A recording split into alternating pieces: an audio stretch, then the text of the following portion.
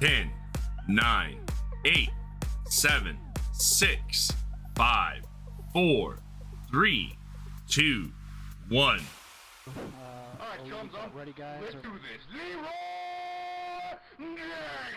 Ladies and gentlemen, Zycoon with the Gamerz Haven. How are you all doing? We are going to be playing Pathfinder. That's why you don't see my camera. I hope you all are doing well. We're going to be switching over. We have with us today Zero the Hammer Slayer. Hello. We have Professor Sir. Hi, everybody. CheapPopMan. Yep. And last but not least, our illustrious DM, Phoenix. That's Sorry, me. Phoenix. It's Hi. me. All right, let us get switched over here. Pathfinder. And we have playing with us our illustrious champion of Milani also. Kumo, the Gamer Haven. I am not that important. You guys are the ones that are important. Yeah, you're probably right. Ah. All right. You know what? There we go. Hi, everyone. You know, It is So, yeah. so good to see you. was it a level? It was a level 3 divination spell, right? What was? That Emma and Oh, Irel got. Let me I think it was Dean, yeah? hold on. Let me go back. So, I kind of made that level 10 character. Yeah, you were quite enthusiastic at the idea. Like, you were talking to me like the next day. How about this? How about this? And this, and that. Like, whoa, okay, cool. I love the Yeah. energy coming out of you right now. What's the timeline on that? Like It was- the no, like when it happens. This is the fight against Norex, right? Yes. Well, when that session happens, the war is still going. We get to get And curb stomped by Norix potentially. How? Where is that timeline in relation to the Sapphire Wars? 300 years after, or so, give or take. Okay. I was thinking it was like maybe making my character one of the descendants of the Ornsteins. Hey, that could work. That'd be Oh actually really no! Oh no! So don't go Yes. with a dragon character. Got it. Good thing we're not playing D&D with Dragonborn our race. Hmm. Yeah, that might get awkward. Hi guys, I'm a dragon. Really? As I take out the Yorn blade, Fjord appears. Fjord just time travels now. Yep. Fjord blade. But no, Ray, that's a really cool idea, Absolutely. and it would fit super well in the context. I mean, sure, the war that's happening is not about dragons, but Mhm. that's still really cool.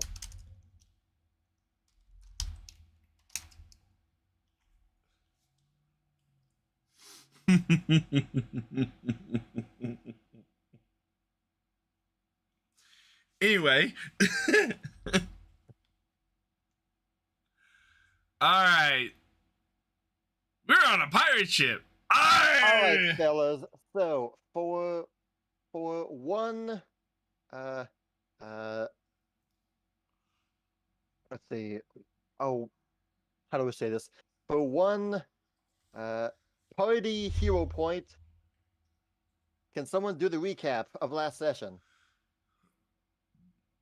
Rella was a little bit off on her teleport spell. Just a little, just a hair. We ended up on a rock and No one noticed. and attacked by this beast. Go ahead. Oh, sorry. I was just gonna say before all that we had that little misadventure with the muffins. The berries. The berries that Kireji had no idea what they were. The Oh. preservatives, which Kireji didn't bother to ask about. Oh was no. important. He makes a muffin with it. and it leads to very unforeseen circumstances that Oh, that was kind of went beautiful. on for a while, and maybe some a lesson learned, and maybe not because we're kind of casually eating them occasionally. And poor Gus. Oh, poor Gus started flying. Hey guys, I don't know Oh. what's going on here. Finn also got the short end of the stick there. I don't want to be a harpy. I had Floomp show up. Oh Like yes, four. the There's like 4 or tiny 5 of them, I critters. think. 6, yeah. Emma got a new beard, Yeah. which might have been a precursor to something else.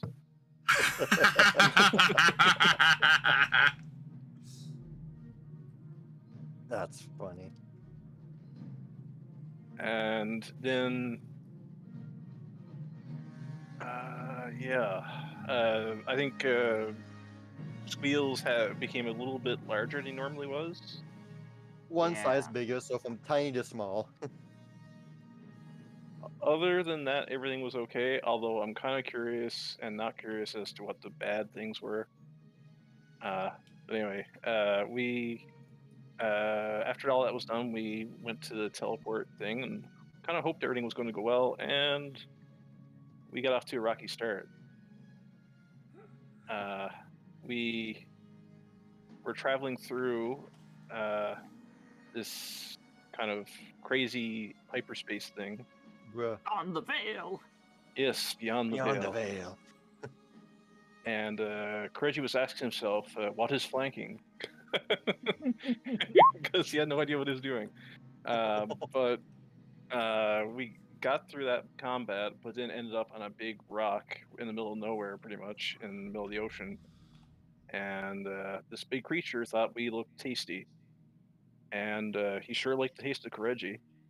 And Big bite out of him. yeah. He didn't like fire, though. Because, yeah, that kind of did him in. No help from the pirate ship or anything. Just kind of like The intern tried, okay? the intern tribe, yes. And then we all got on board and realized that for at least myself and Emma, this was an old acquaintance of ours. Someone Kireji's barely met. Acquaintance. Yeah, well, and that's kind of where we left off with the whole situation. Like, yeah, that's kind of where I left off. Does anyone wish to fill in some other details, or? I That's a good think- recap. I'm sure there's some missing stuff. No, I think you hit on all points. Emma got down during the space dragon fight, and then she took out her frustrations and then incinerated the great beast because Yep. of that. So. Molten Fire. arrow, bro. Molten arrow. Did anybody? So did Emma become a man last session? Yeah. Yeah. Mm-hmm. Yeah, Okay. you drew the card and became a man right after Yeah. having the beard. Yeah, okay. That's what I thought. And Emilio. is the rabbit in the coat too. Fueled by Yes. newfound testosterone. Yes, when the pirate ship was approaching you guys, Amethyst feared that she was a tasty ransom target due to her seeming due to her looking like a noble, and so she thought it best to hide. So she turned into a rabbit and hid inside Kireji's jacket.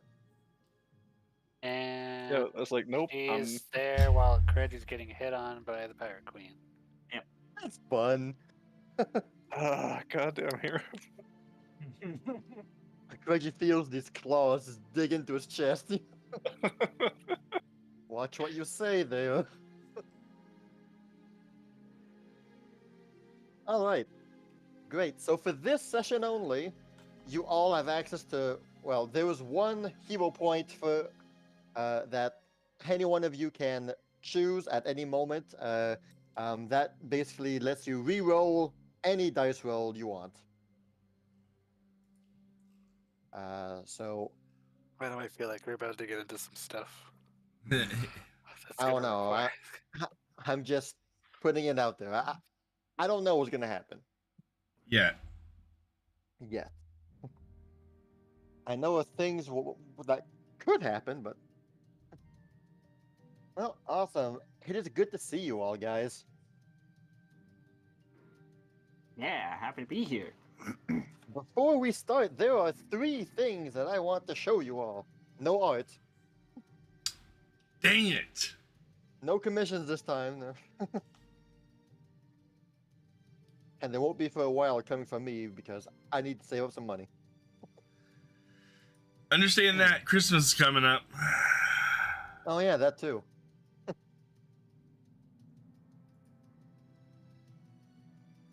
One thing that my family is doing now, that we've been doing for a couple of years now, is a dessert Secret Santa. We each draw a name from our family, and we make them a dessert. Ooh, that's pretty awesome. And it has been met with great success so far. Now, the thing I wanted to show you is the results of the village events that happened. Oh, right, yes. Ooh. So first, we will start with the Clockwork Dragon event given by Fjord. He wants to know more about how to build this, information about it. So he sent Alice and Banjo to Sanofi to go back to the Ornstein Manor, get some info. And here's the document. So Anju and Alice went there together. What happened? And so, here are some glimpses into some moments after entering the mansion. Yeah, I'll be. So we start with Anju. I just don't understand, Lady Alice. The guard was unresponsive to me, incredibly lazy, and disrespectful. The honor of being a guardsman of the village meant nothing to him. I simply could not convince him to budge. Yet you, in a few seconds, got him hurrying to open the door for us. Lou! Welcome to Savonafi. Yeah, exactly. I'll go with him. Mr. Longbottom. Well, Andrew, you're really smart and handsome, man, but all this time you were talking to his brain. Say, he didn't want to hear nothing about all that. I simply talked to his heart, and, well, he just came running. His heart. But, as a guardsman, your heart should be in your work. Defending the citizens of the town and protecting its honor, he should have pride. Yet, he did not care at all. I tried to speak to his heart, but it was dead. Oh, sweetie, I'm talking about a different kind of heart.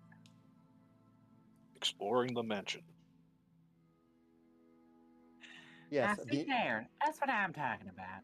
You talked to that ghost of his brain, and it came straight through to him. of course, this phantom was loyal and honor-bound to his cause, although he seemed to be locked in the past. But I managed to convince him this time he was an honorable man with a sense of duty. It was all you this time. See, convincing others to help you. It's a game, and everyone has different rules.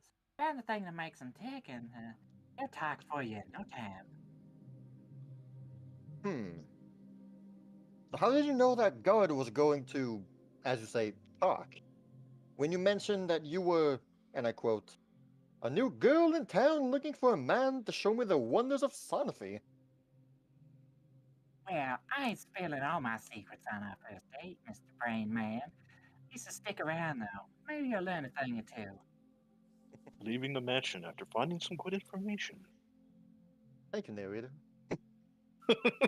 You're welcome. Well, as expected, an undead skeleton will respond to neither heart nor brain.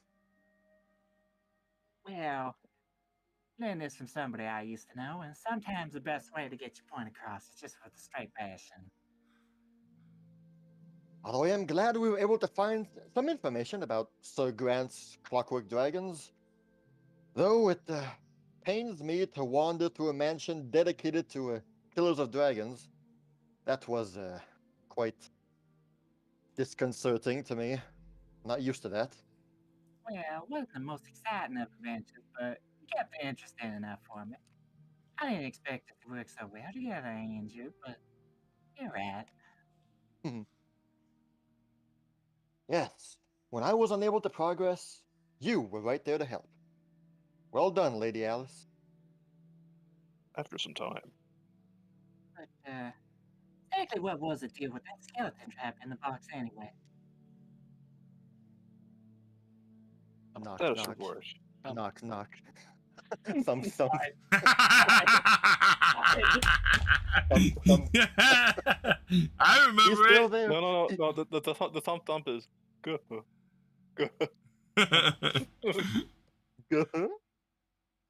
Well, and the result was, well, thanks to Andrew being the leader, automatic success, though not a critical success. Impossible. The duo made their way to the underground and discovered some clues and information and their usage in the Sapphire War. And thanks to her charming ways, Alice was given a few things from the Lonely God. And so we got plus 150 building points, the quest chain of restoring the Clockwork Dragon advances, 25 rep questography. Once we hit 100, we get bonus stuff. And Alice got 20 gold and an emerald jewel necklace. Is it magical? Who knows?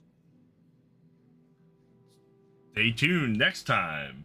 Stay tuned the next time. On Andrew Ball Z. Andrew Ball Z.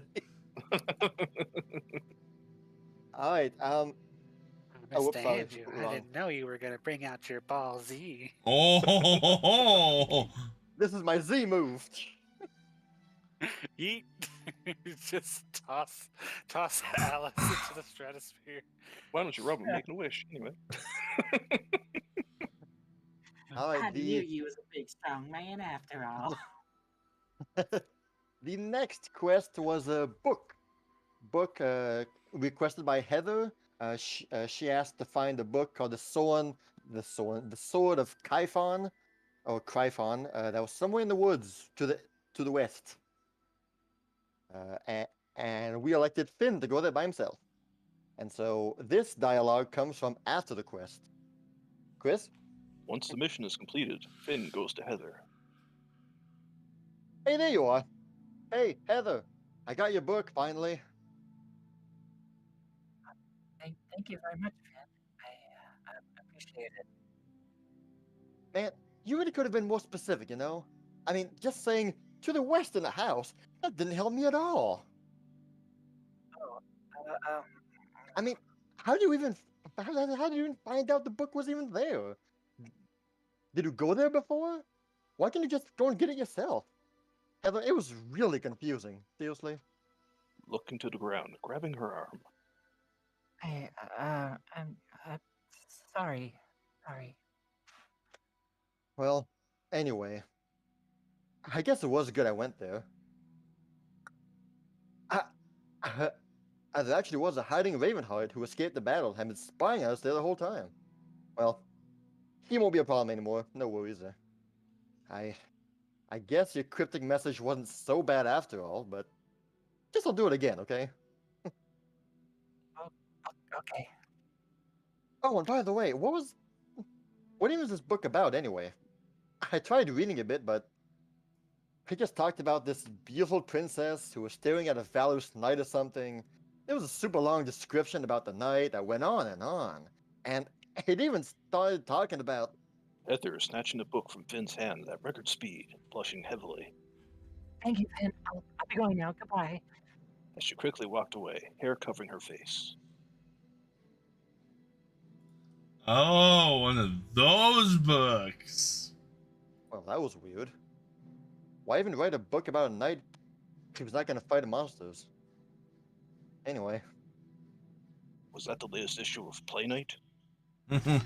No. It's not an erotic book. Stats it's not? report. No. What kind of book was it then? I thought that's where you were going with that. Not that far. Oh, just a romantic novel, gotcha. Yes. It was more of a romantic novel than actual smut. I mean, the line is kind of blurred for a lot of. Yeah.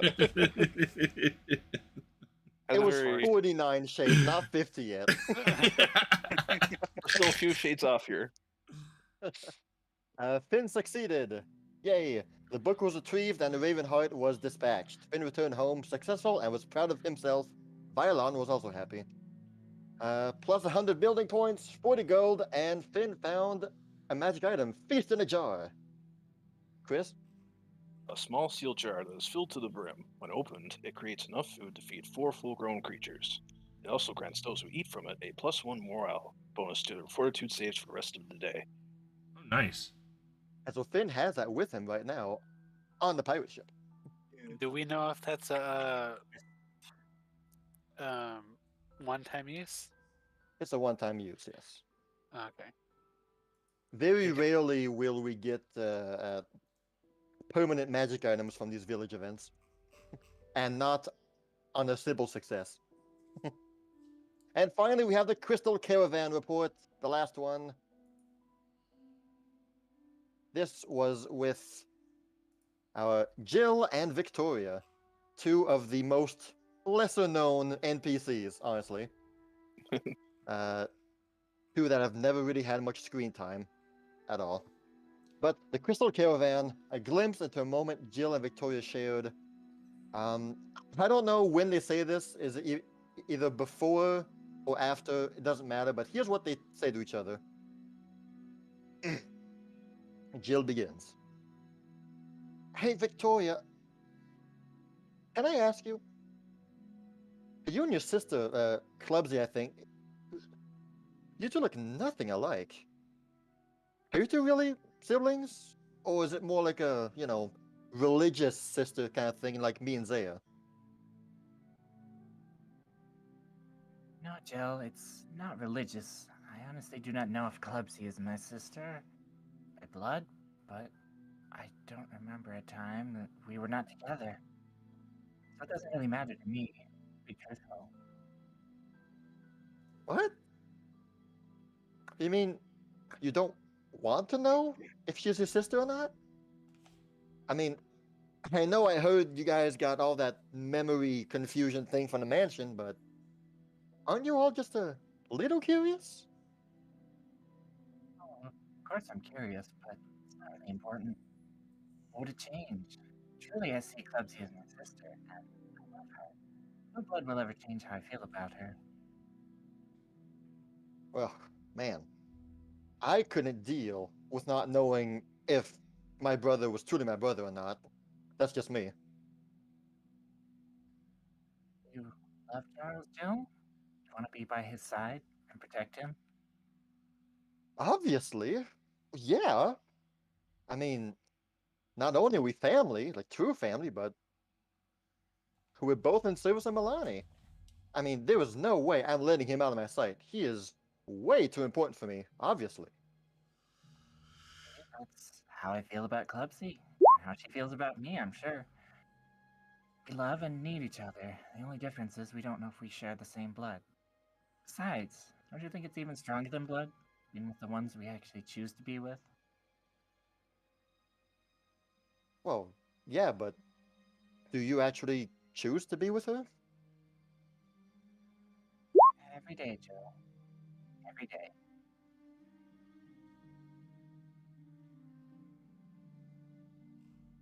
Status report, it was a success. The caravan made it to Celestra without a problem. The enemies they faced were quickly dispatched, and the wounds were quickly healed. The caravan was quite happy with Jill and Victoria's support. They will bring their names up to the Rockfall God Captain. And so we obtain 200 gold worth of gemstones for Hitomi for her eventual upgrades. A extra 20 gold and 50 points of rep with Rockfall. Huzzah! Yay! They all succeeded. Everyone succeeded this time, yes. Yay! Oh, we didn't have a repeat of last time. Oh, poor Gus. Yeah. I looked at they both rolled 12s. They did both roll 12s. Now back to the session at hand. Ooh. Now, before we go anywhere, I'm saving this bunny doodle. That is precious right there.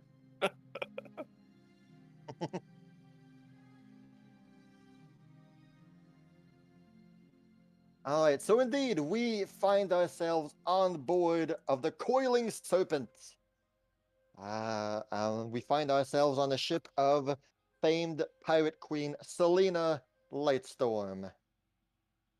A pale, dark-skinned elf who's a pirate queen. And something was curious about her. Emma said something about her that was curious. Does anyone remember what Emma said? A llama? She's supposed to be dead! Absolutely.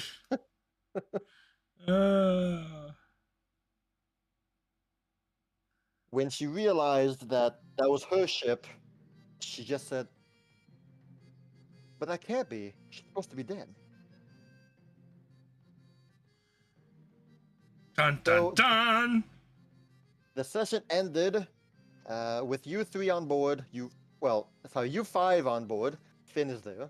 Which, oh yes, since we're here, guys, Finn got a remodel. Oh boy. Oh yes. Finn got an update, a visual update. Let's see here. No, it's not a commission. I simply went and did some good old image editing, and here he is. Right. It's fancy. Yeah, that's pretty cool. He is now a squire, a full-fledged squire. Nice coat. Yeah, right. He took from the Ravenheart before he came over. There you go. Stole it from the Ravenhearts. Oh, Finn's right there on the boat. Thank you. Well, he has his own token now. Thank you. Which one's the real Finn? There are two Finns on board. Right. So we ended with Selena asking you where you guys were headed, and you guys mentioned the port town Baladar, I believe, to continue on your journey. And she said, "All right, well, I mean, it will take a couple of days for us to get there. But sure, once we get there, you all can disembark as you wish, as you please."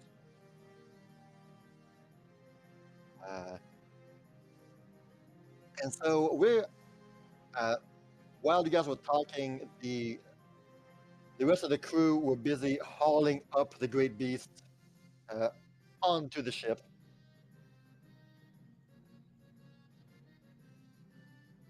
And we're going to start with her talking about, yeah, okay.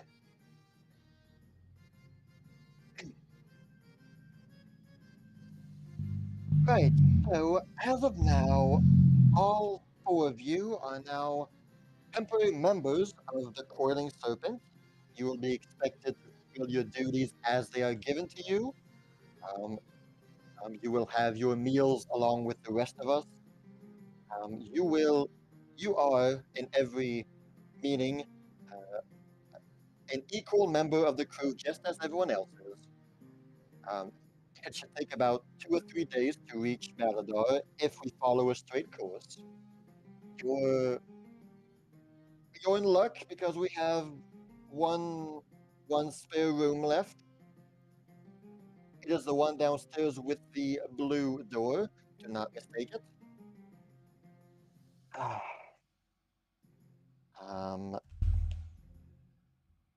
As long as you are on the ship, you are not adventurers, you are not autonomous, you are under my command. And if we have a problem, there will be a problem. I have not lived this long to suffer fools anymore. if you all listen to the orders of me and my first mate, we will not have a problem. And finally, under no circumstances should you ever go near the steel door downstairs. That is all. What's in the steel door? Don't even think about it.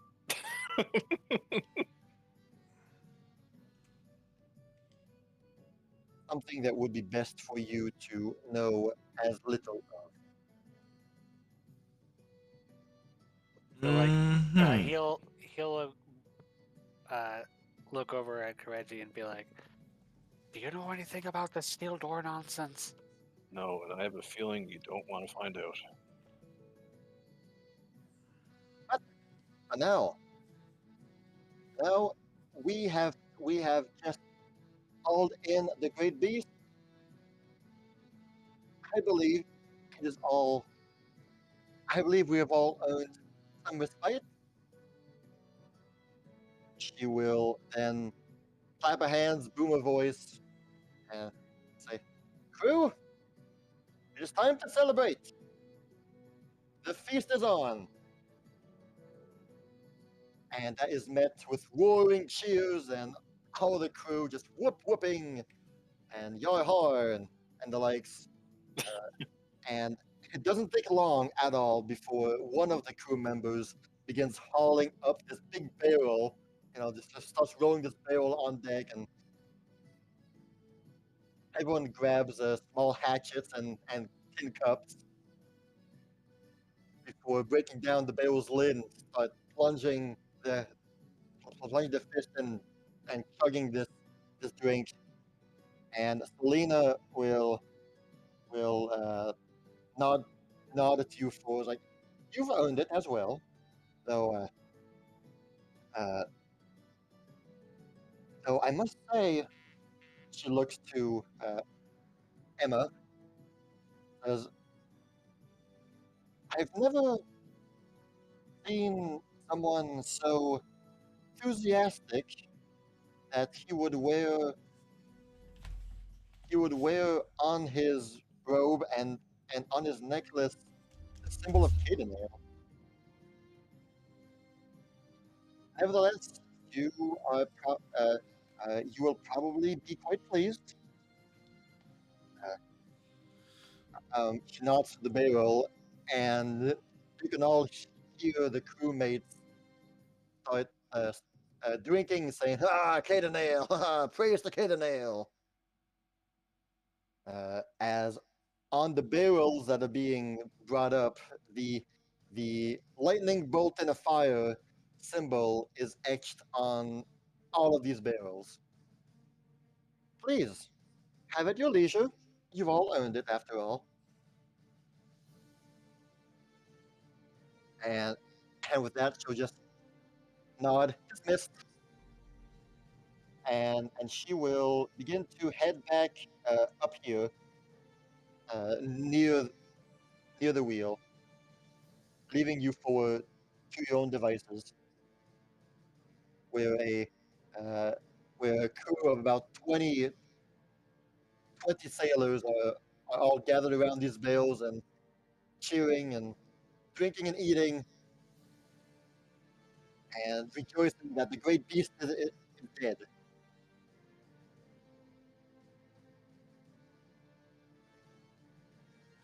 And that's how we begin. What do you guys do? Well, Uh, hey, you go ahead first. no, go ahead. I said you go ahead. Go ahead. No.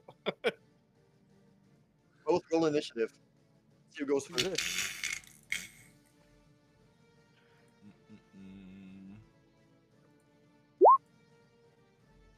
Uh, Good 24. Come on, roll. Oh. Hey, Fred goes first. What do you No, do? I decided that Kumo goes first. Oh, you can't delay it. I guess I just kind of try to make light of the moment and So there's a barrel near us right now. There's a few bells scattered about the main deck. Yeah. I'm gonna smash my fist through one of them. The gnome intern has his head completely submerged. Whoa. I'm gonna smash my fist through the top of one of them. The pirate crew members looks at you and just, yeah, nods at you. Sick, dude. I wish I could do that.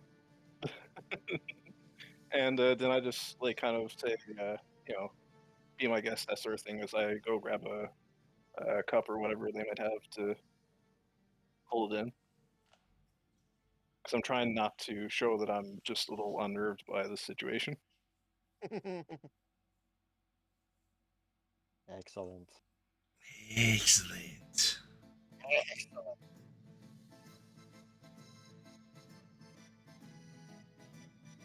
Hey, Say, what you doing? They will, I guess, partake in the Cadenel. Yep. And, watch everybody, while she's drinking. All right, well, you scan your eyes around, and nothing too out of the ordinary seems to pop in your eye. The crew members are a very varied mixture of both ancestries and genders. No, unique discerning features that would make you question them or nothing. They seem like a jolly good crew. Sorry, I just noticed the picture in Pathfinder. I just did too. Funny. Wait, you and me. Emma, what are you doing about this? Emma is gonna pick Kireji's brains for a second, and she's gonna be like, or he's gonna be like, so you been here before, have you? Yeah, it was kind of an unforeseen circumstance. The first time I went to Kining during some of our time away from Weavertown. Let's just say she's the only reason I got there.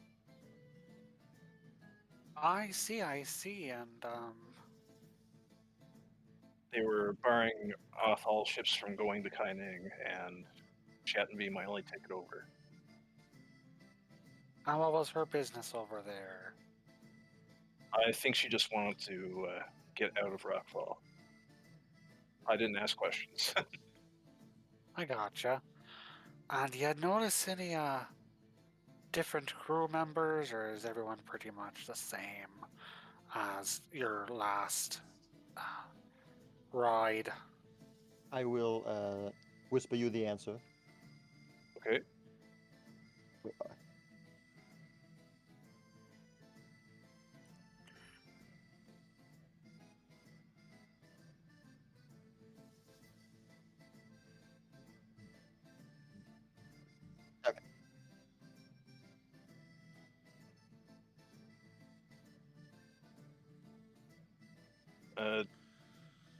Yeah, now that you mention it, no one really is the same as last time.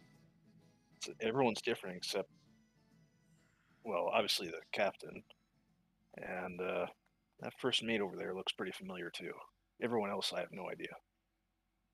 As Kireji points to the captain who Crap. is leaning on. No, don't worry. She's leaning on the banister on top of the stairs, and she's talking with someone else. She's talking to a lady who looks like this. A very pale-skinned human, and they're both leaning on the banister, and you just see them talking about stuff. And sometimes they point to you, Kireji, and sometimes they point to Emma. But they're too far away to hear anything. How long ago did you, That's the first mate. Or I guess first Matus. Does Emma recognize him? Yeah, you do. Okay. Those are the only two you recognize. No one else. Same as Kireji, really. Huh. And that crew must have been there after my little instance, so she must go through quite the client, the employees, I suppose. Yeah, I don't know. I didn't seem to think much of it at the time, but now that I've noticed that crew's all different, I'm a little concerned by that. Well, I'll be honest with you. Back when I knew her, much different person from the one that's standing in front of us, or standing in front of us. A lot meaner for sure, a lot more ruthless. She seems a little too accepting, Hmm. though definitely still as tough as ever.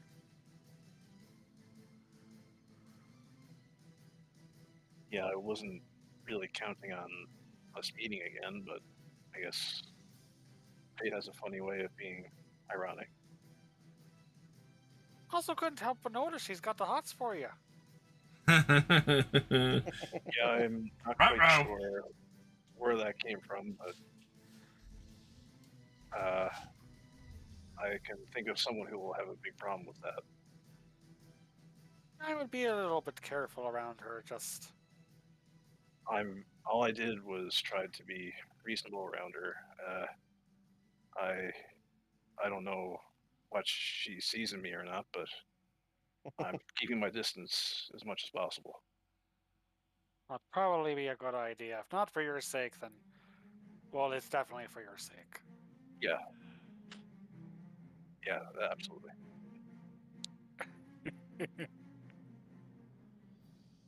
What did I even do? You're kind, you're charming, you're muscly, you're big. I mean, what's not to like? But can I interest you in this muffin? Well, you had me at hello. Oh dear. So what is, Emma's gonna glance over at the first mate lady. What is she doing right now? They are both leaning on the banister. They're talking to each other. Now they seem to be looking at both Kireji and you. Not constantly, just sometimes throwing glances at you two. And sometimes sometimes Selena's pointing at either you or her, mentioning something to her and whatnot. They look talking with each other. So the first mate, would it, if Emma glances over at her every now and then, and would they ever meet eyes at one point? Yeah, they would. So when that happens, Emma's gonna do a bit of a nod and a wink. And All right. that's it. Nothing else. So, I know you said that she was meaner back in the day, but how did you come to know her? Well, to be perfectly honest, I can't really say I knew her. I knew of her, and there's been a few times that me and my, captain and our crew have gone to blows with her. We lost quite a few members of ours thanks to her, and well, to be honest, I can't say that it's not the same way around. But from what I can remember, pirates don't just take people on board as friendlies. At least not usually. Yeah, that's what's got me a little concerned. Aside from the change in crew, I wonder what kind of payment they're going to want. So if I'm being honest, there's always a chance that she reformed. I mean, I have. That was a pretty nasty attack that we had. And seeing the fact that she's alive means that she must have been saved by some form of deity or so. So perhaps she. Would you say that your circumstances are similar then in that case? I don't really know how she got out of that, but I can't imagine any other way. Our ships were wrecked. Our crew were destroyed. It'd have to be a miracle. Or, yeah, that's about the only.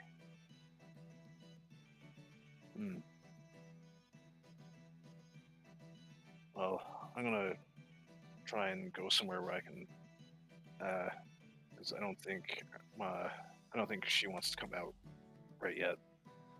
I need to come a bit more private. Sounds good.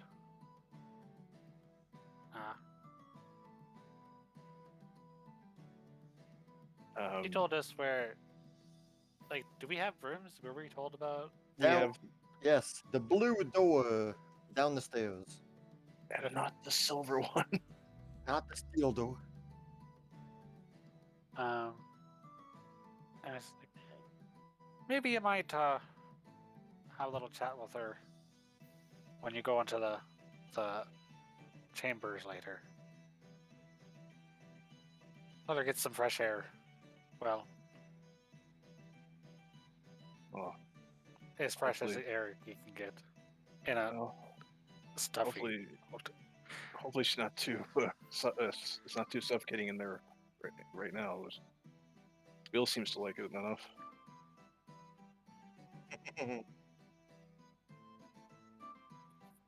You guys see Finn. He's also enjoying the drinks. He's drinking. He's Oh no! he's smiling. He's having a good time. Finally, good drinks around here. Is Finn old enough to be? Ah, well, who cares? He'll learn soon enough. Yeah. If he's old enough to kill, he's old enough to drink, I think. Let's see if Zay agrees to that. 1 Cadenel, 2 Cadenel, 3 Cadenel, 4. 4, yep.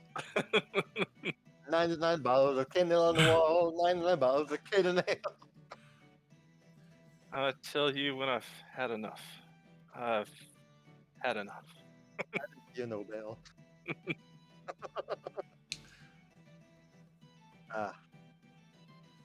Sounds good. So Kireji, you said you'll be going downstairs, or? When the opportunity presents itself. Okay. Well, a few minutes pass. A dozen minutes or so as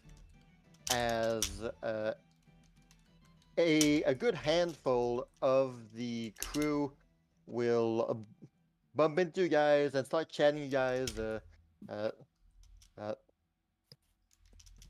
And you probably ask questions as well to them. You all roll me a society check. Oh, rip. If you're trained in 0. it, of course. If you're trained in it. 0. I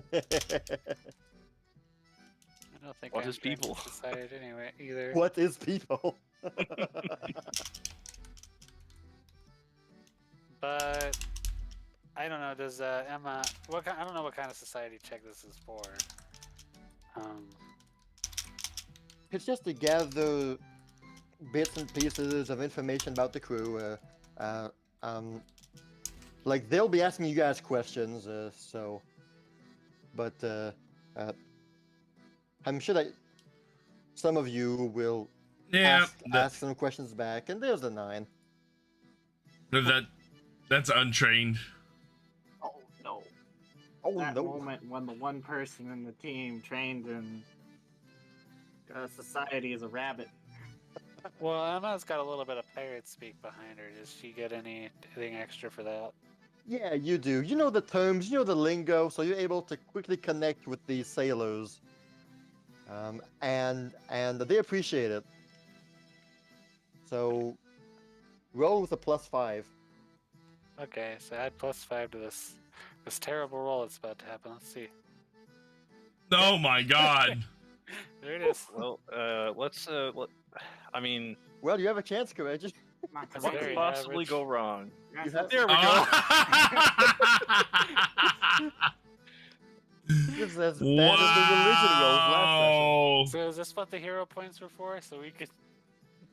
You guys decide whenever one of you wants to reroll something. I'm not. I'm saving mine for something.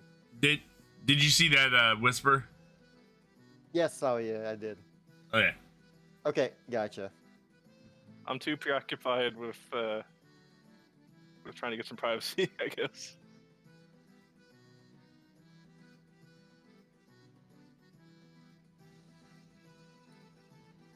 Well, at least it wasn't 1. Yet.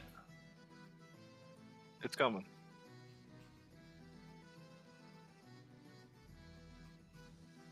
So the deadly D8, that's. You roll an extra D8 whenever you crit, is that right? Yes. Okay. I don't know if I've ever actually done that with my rapier. I'll have to remember that. Thanks, Adachi. That's like I kept forgetting when I had Tiger Stance at first. That had the 1d4 bleed on crit. Oh yeah. So through your various interactions, whether they were good or not, you also managed to find out that the vast majority of this crew they come from Baladar. Generally local. Yeah, they're from the port town. They joined the crew not too long ago, a few weeks ago, a week or two ago. I'm actually gonna. Emma's gonna. Well, one of the crew members that she's gonna be chatting up. She's gonna ask them like. I heard from some of the other crewmates that a lot of you fellas are new here. You have any idea what happened with the old crew?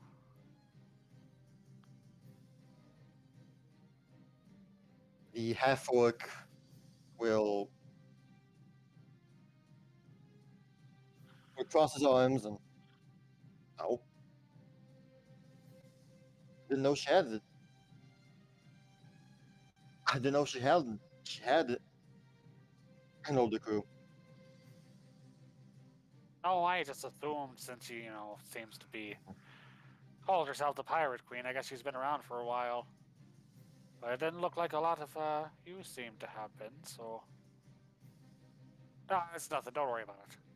Ah, man, I've been a sailor for the last 15 years and wasn't Baladar just looking for some work, and I saw this posting from her mentioning that we were hunting a great beast, and those who were interested to apply, and I did, and here I am. It's good stuff. It's good pay. We just got our bounty captured. Seems like we're on our way back home after a quick and easy job. Easy money. Oh, so you seem you're a monster hunter. Well, not me. I was in charge of the sails and rigging, but no, I don't man the cans. No. But I'm a sailor, and I needed money. I'm not about to question jobs too much in my state. I understand. Betcha. Well, there are many more. I take a nail. Hey, nice necklace, by the way. I appreciate it. Nice barrel. Nice barrel.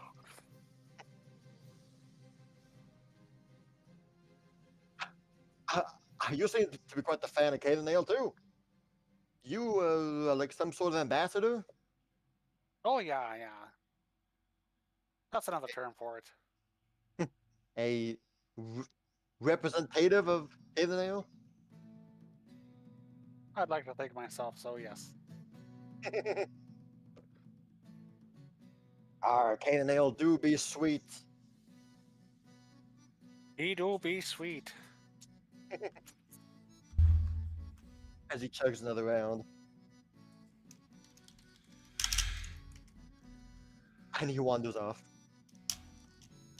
Does Finn say anything to what I just said?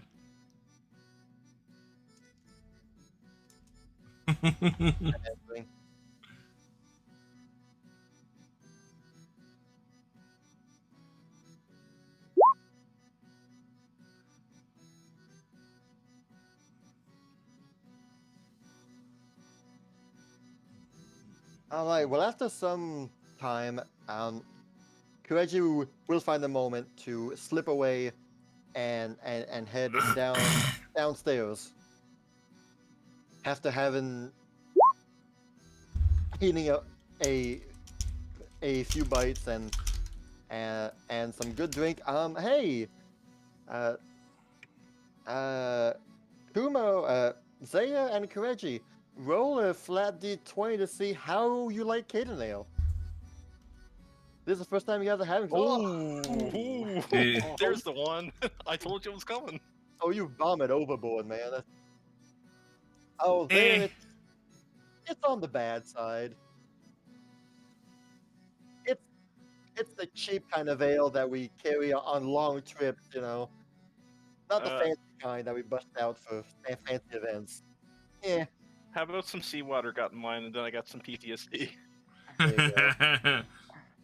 And Finn, Finn likes Caden Yeah, Ale. Finn likes pretty good. Finn likes Caden Ale. All right. Yo, this stuff be dope. Young kids. Younglings. Tastes like coffee. Come on, guys, I don't know any better.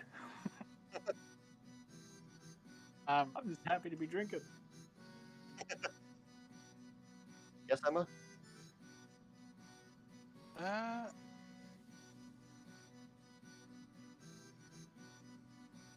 Emma is.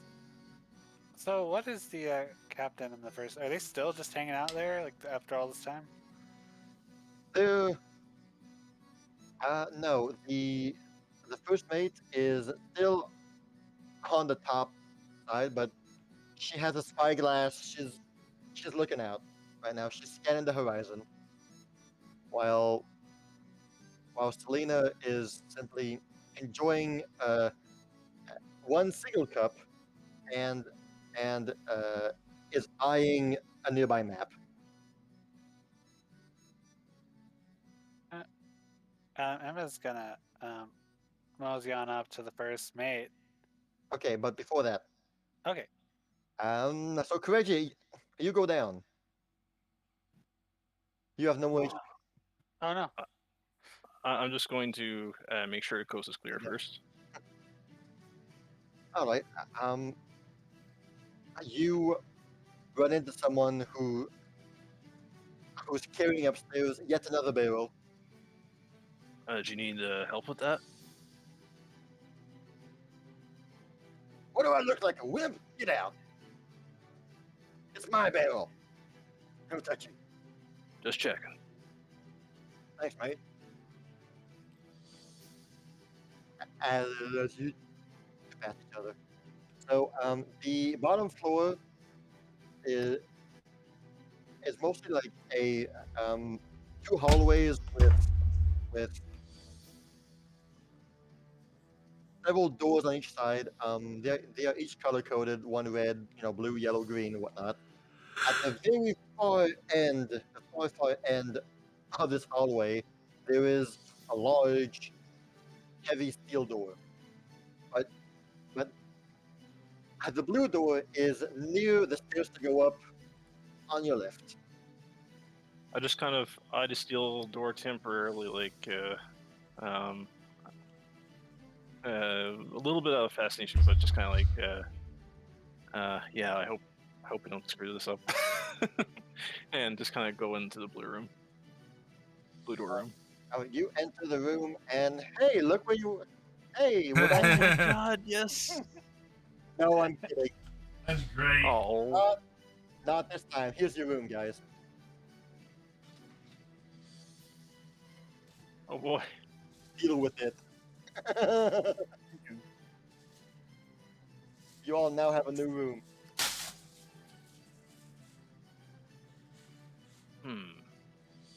4 beds. Ooh, we got You like electricity though. Yeah, you do. There's a lamp and a light bulb. I'm gonna stick my There's a grappling water hook into it. heater with a little nightlight. Ooh. If you want to come out for a little bit, the coast is clear. Just kind of whisper it into my ring. You feel a rustling, and a head pops out. It's a bright pink head. Oh, thank goodness, Mr. Kireji. Wheels. What about?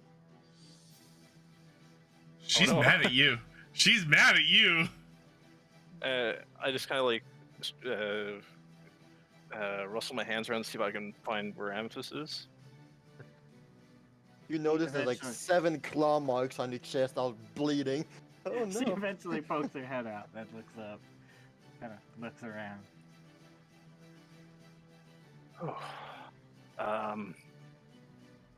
Yeah, this is quite a predicament.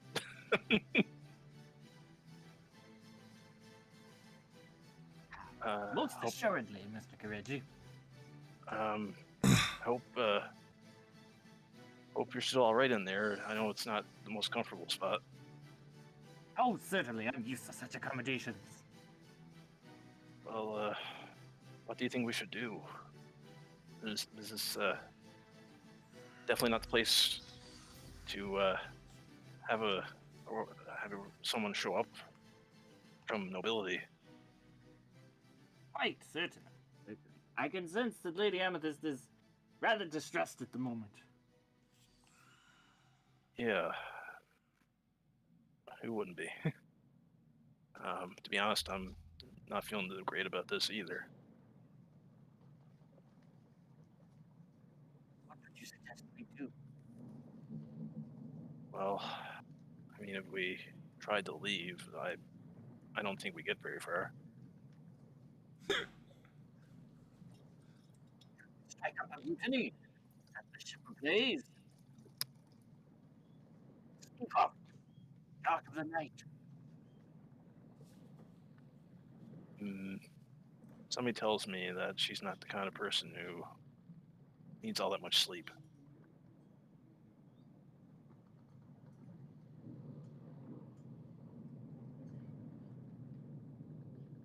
I think I'll just be happy when this boat ride's over. I do. The Amethyst cannot stay in this storm not for 3 or 4 days.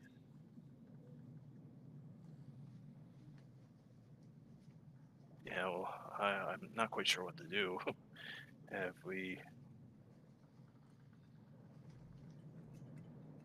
Because if we do try to leave, I'm fairly certain we'll get caught, and then there'll be questions.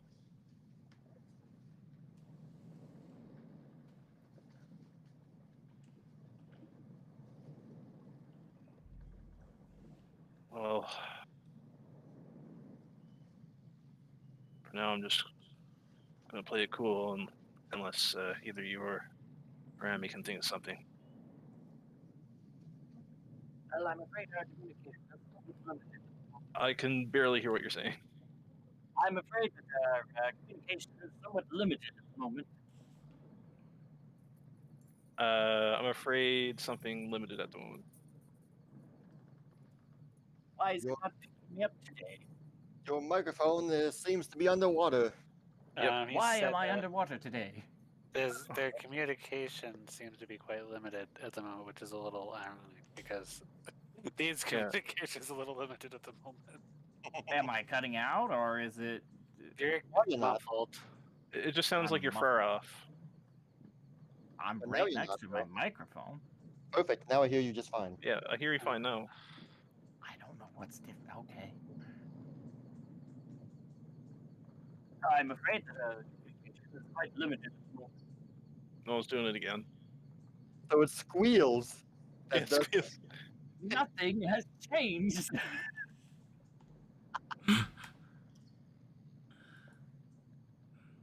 yeah. Well, for now, like I said, I'll play cool, but if you or Amethyst come up with a better idea than trying to leave in the dead of night, that would probably be a good idea. Well, I shall rack my brain, and I'm going to do what she shall.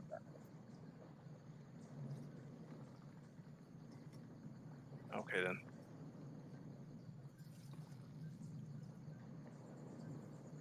And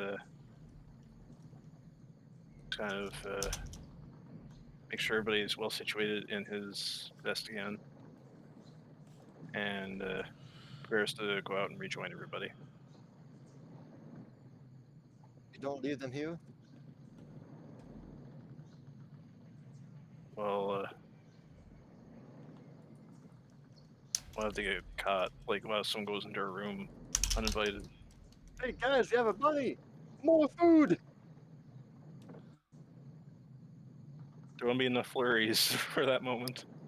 It will not be. The McFlurry machine will not be broken that day. Nope.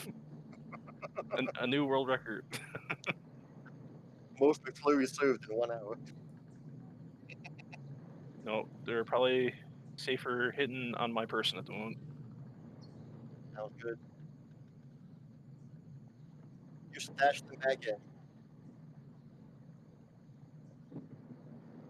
As you head on back in. Back up. At this point, Emilio will have went up, and while Selena is pacing around doing her own stuff, uh, hand on the wheel here, you guys had a good 30-foot distance between first mate and Selena. Um, as first mate, whose name is Elise, by the way, that I never mentioned, that you wouldn't know probably. She's out, simply gazing at the sea, sometimes spyglassing, sometimes just looking, a gloomy look on her face, as depicted by poet. And Emilio goes towards her.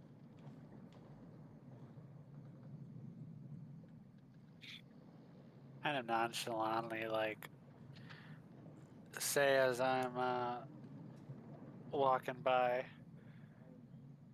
So y'all are monster hunters, eh?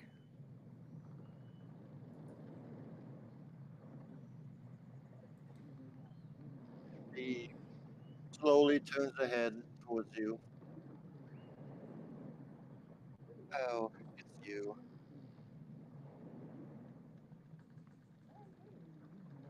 Well, don't sound so disappointed. Just Oh, hold on.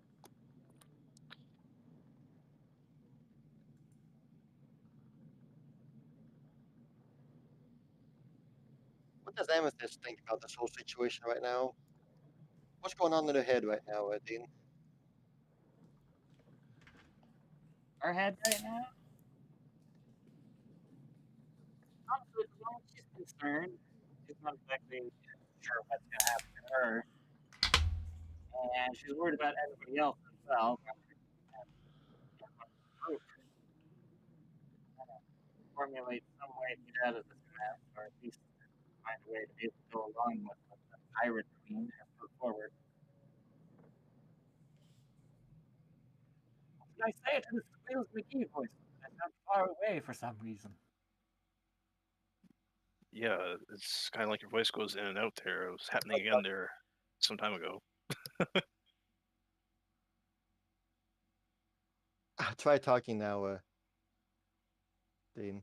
What, did I cut out for the whole thing I was just saying? Just a little bit at the beginning, and then it got better. But I muted. I muted Rhythmbot. Keep talking.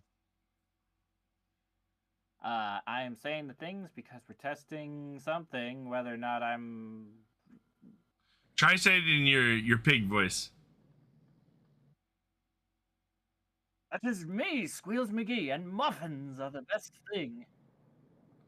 I think Rhythmbot might be trying to override us, I and think Rhythmbot is like warbling you up just a little bit, and yet I got his output volume at the lowest and everything. Oh well. do we have priority in chat? Might not want to give. Oh right, that thing's a thing, right? Isn't it? Uh-huh. Oh yeah. That's right. Let me yeah, that might be. I did notice that it was a little bit harder to hear Kevin as well, at Ah. least for me. Now, how do you even give priority to? Um, not I've never. 100%. Let's see here. Edit channel, maybe. Video quality. Don't need video quality. Region override. Bitrate. I should probably raise it up a bit. I just have permissions and invites. Okay, sorry about that. Hey, As a work call. no worries. Oh, Hi. it's you. But don't sound so disappointed.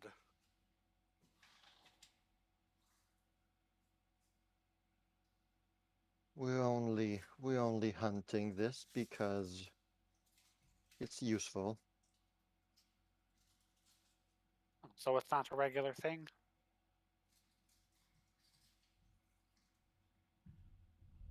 It's just an excuse.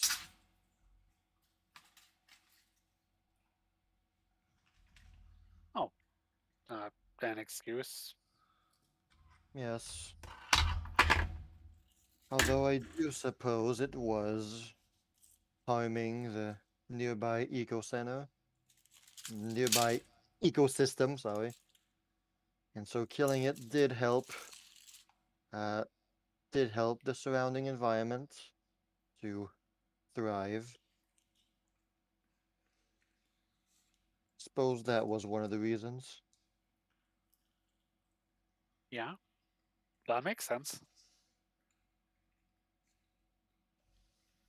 Hunting a creature is more attractive to potential Investors. crewmates, sailors. That's all. Uh, yeah, I guess that's true. It's not like you're doing like. Yeah, no, you're right. What ship did you sail on? Oh, an old merchant ship. It's been a few years. Oh. Is that ship still going? Well, I don't know. Last I heard, they were attacked. Thankfully, I wasn't on the ship that time. Took a little hiatus. I see. Shame that it's broken down.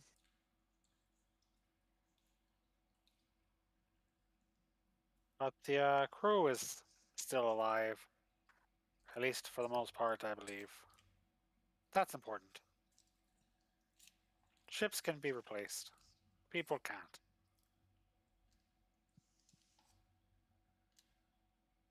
How did your ship get destroyed? Well, funnily enough, they were attacked by pirates.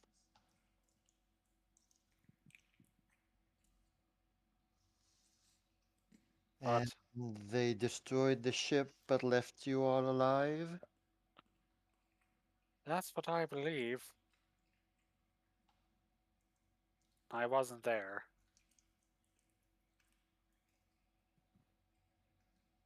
We'll see.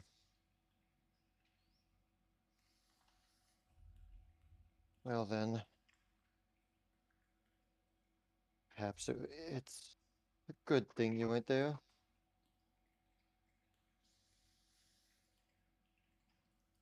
Say, you've been out here in the ocean for quite a while, haven't you? You've get around a bit with Miss.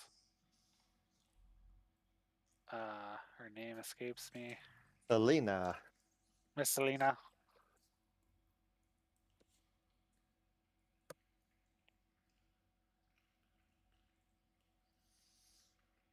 She looks towards Selena. Don't really remember a time I wasn't with her. We've been to many places, and yet we're still here. You don't happen to have come across any gray-eyed creatures along the way in the sea?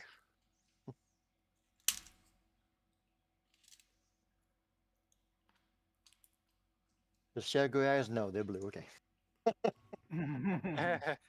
You mean other than mine?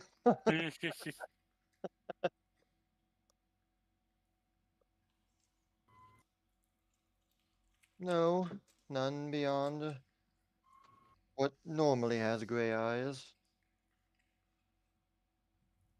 Can't I say see. I have, though it's hard to remember.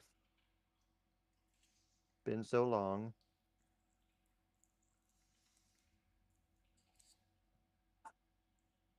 Hey, while you're here, just know that tonight the captain wishes to speak with you alone. Mm-mm-mm-mm. Oh, uh, with me? Yes, with you. Oh, why should I be so lucky? Well, actually, she wants to speak with you, and she wants to speak with the the black robed man over there. Oh, Hmm. oh, okay. I see. Oh, all right. And she In, like looks in, down and remembers that she doesn't have boobs. She's like, individually. I understand. Okay. Well,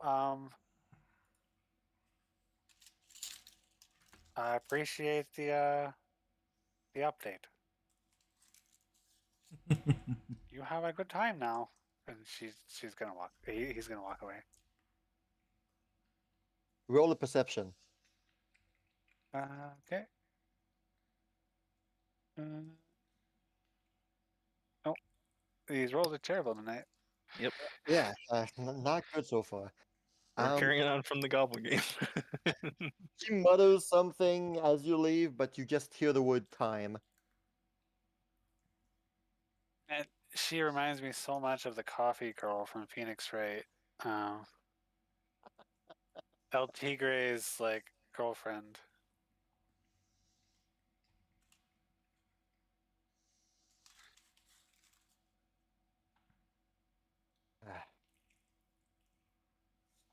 Eerie. Zaya, as you linger about the deck here and there, swapping a few words and such,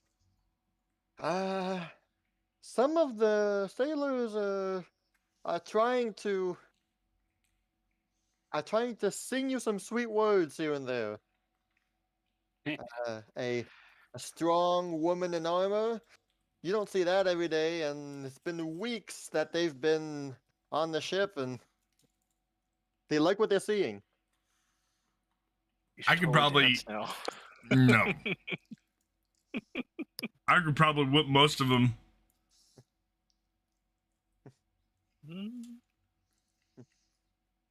One of them challenges you to an arm wrestling match.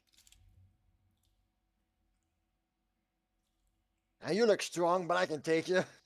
Watch me, everybody. And that's what you call buying your own press.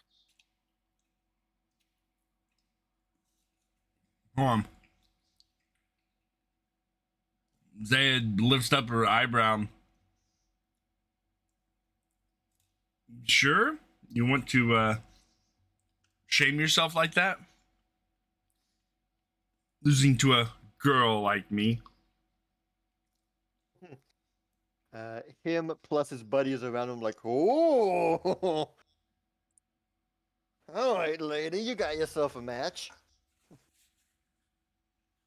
Just a warning, though. I try to I talk don't him out of it. lose. It's this dwarf man who, with a sleeveless shirt, you know, with these strong-looking arms and scraggly beard. No way. Once I best you, you and I spend the night together. I spend the night with no man.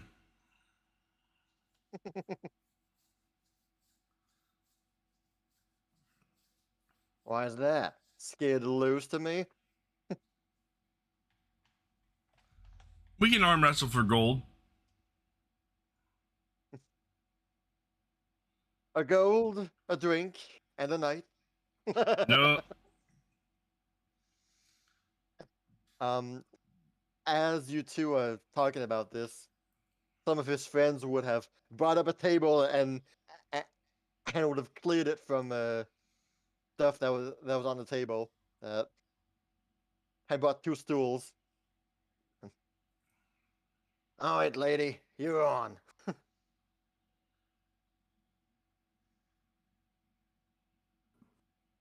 She yawns. Oh, okay, you think yourself pretty strong there. Okay, well, how about this? He brings up a gold pile on the table, a gold pouch, and some of his buddies start tossing some gold pieces on the table as well. Oh, so you're all betting against me. Okay. Yeah.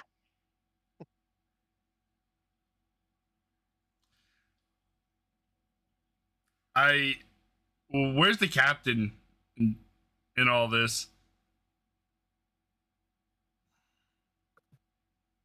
Well, right now she would have went down to grab some more cave nail. She's not far from you guys at all.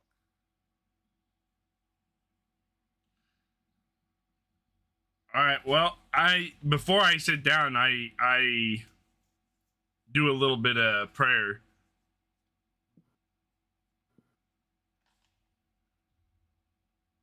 All right, little prayer to Milani. And then sit down. That was good. That will give you a +1 to your strength check. Are we doing athletics or are we doing actual strength check? Oh, athletics. So you'll get a +1 to your athletics on top of whatever you already have. Roll better Okay. than us. So like he sits down and all that.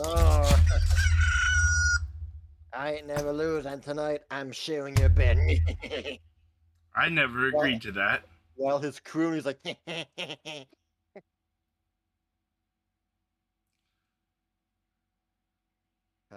so like now there's a good sizable pile of gold here that's on the table as more and more people around you are are seeing the commotion. Like, hey, yeah, totally. Uh, uh, old Seaman boss, he never loses. Yeah, I'm betting on him. Yeah, 5 gold, 3 gold, 20 silver. You know. Is this after Emma's conversation with, or is this like all happening during it? Oh, you would have walked down the stairs as Zaya is sitting down in front of this man with a good pile of gold on the table.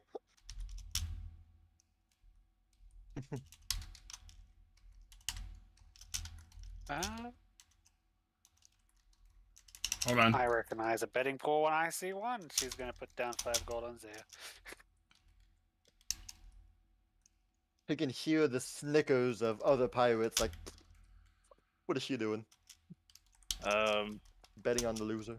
Am I watching this as well, or am I elsewhere? Yeah, you come on up at the same time as Emma comes down. Sure. I'll throw in 5. So we got 10 against 10 for Zaya, and however much against her. I'm gonna make sure I get a nice view from a fair distance away. All Just right. kind of have my arms crossed. At Like, least about that should 30 be good. feet. Sounds good. Let's see here.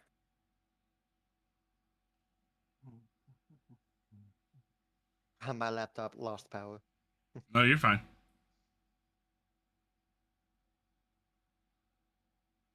Now we should be hearing.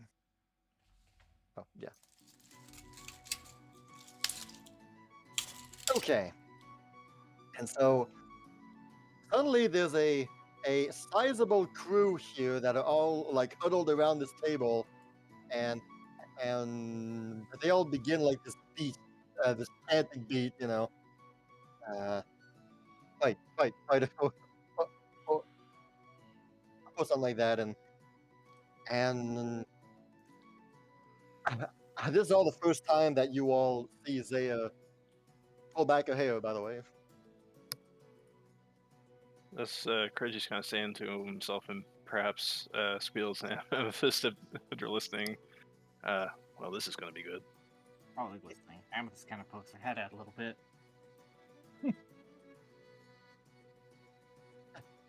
You want to see?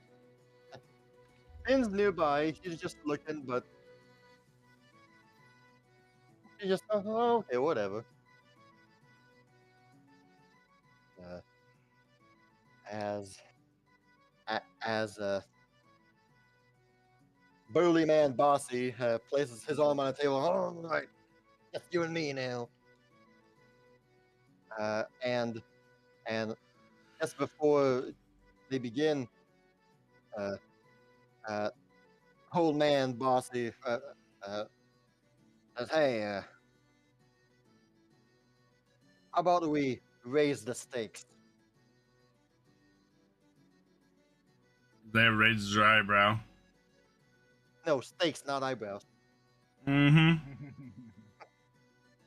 He'll pull out from his shirt a rolled up parchment and places on the table. This be my great grandpappy's family heirloom, a treasure map.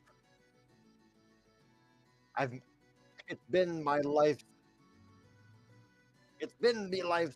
journey to find this treasure. You have something of equal worth to bet?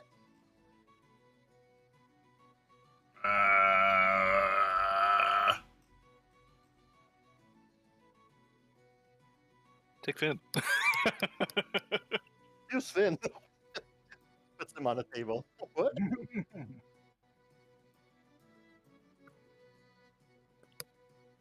I really don't have anything like that, so Fine. He'll grab his map back and stuff it back under his shirt. Just you and me now for gold. You ready? Mm-hmm. All right, so you'll all be rolling 3 athletics checks. All right.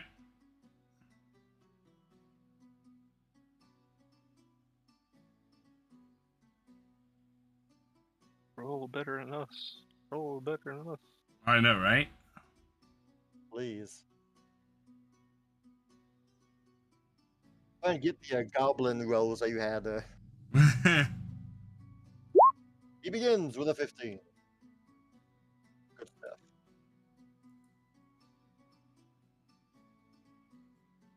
All right. Wow. Starts out a bit rough. All of the crew is snickering, like, as expected. Yeah. Boss has got this in the bag. Like, some are already counting their money. Like, it's gonna be great. Emma's gonna secretly cast a spell. Okay. I'm gonna whisper it to you. Okay. She's gonna try to cast. Burning hands. No. What's that? That'd be pretty funny, but Okay, let's see here.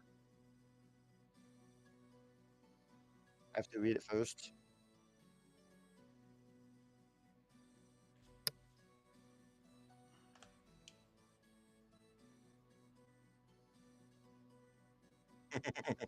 Obviously, you know who she's casting it on.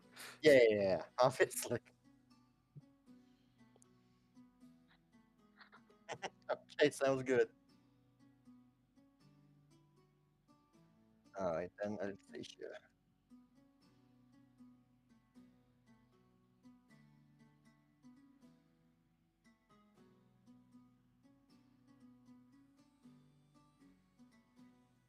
All right, sounds good. So the first round went by. Like he's got the upper hand. He's grinning. and here comes round number 2. I'm just toying with him. Yeah, you are. So the next 6 seconds you notice his grin. You know, his confident grin. It's wincing a bit.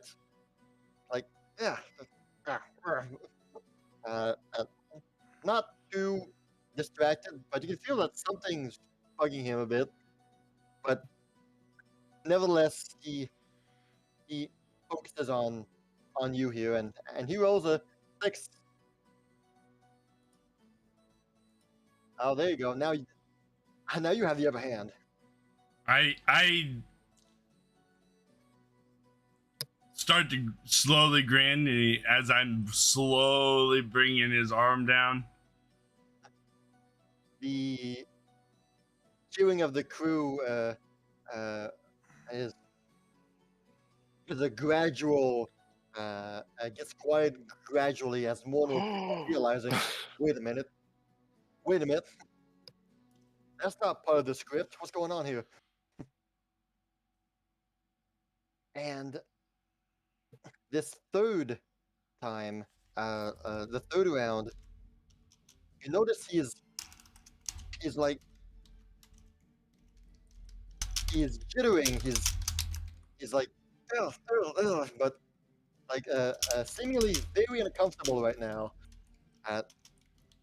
Not because of the arm or anything. It's just him himself. He feels like yeah, and his arm is very weakened by this.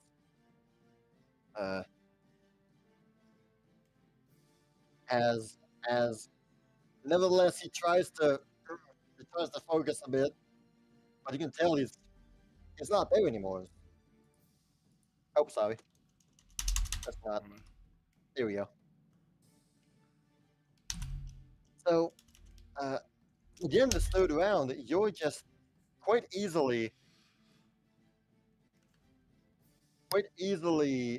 besting him, and at the end of the 12 seconds, you're able to slam his hand on the ground I on the table. I sent you something. What she does when she Yeah, beats him. with the commotion, the captain would have been there too, just uh, bit of a distance, but still just nonetheless curious to see what's going on. And And few things happen as soon as you slam his hand on a table, declaring your victory. First, you look at her smile. and smile. The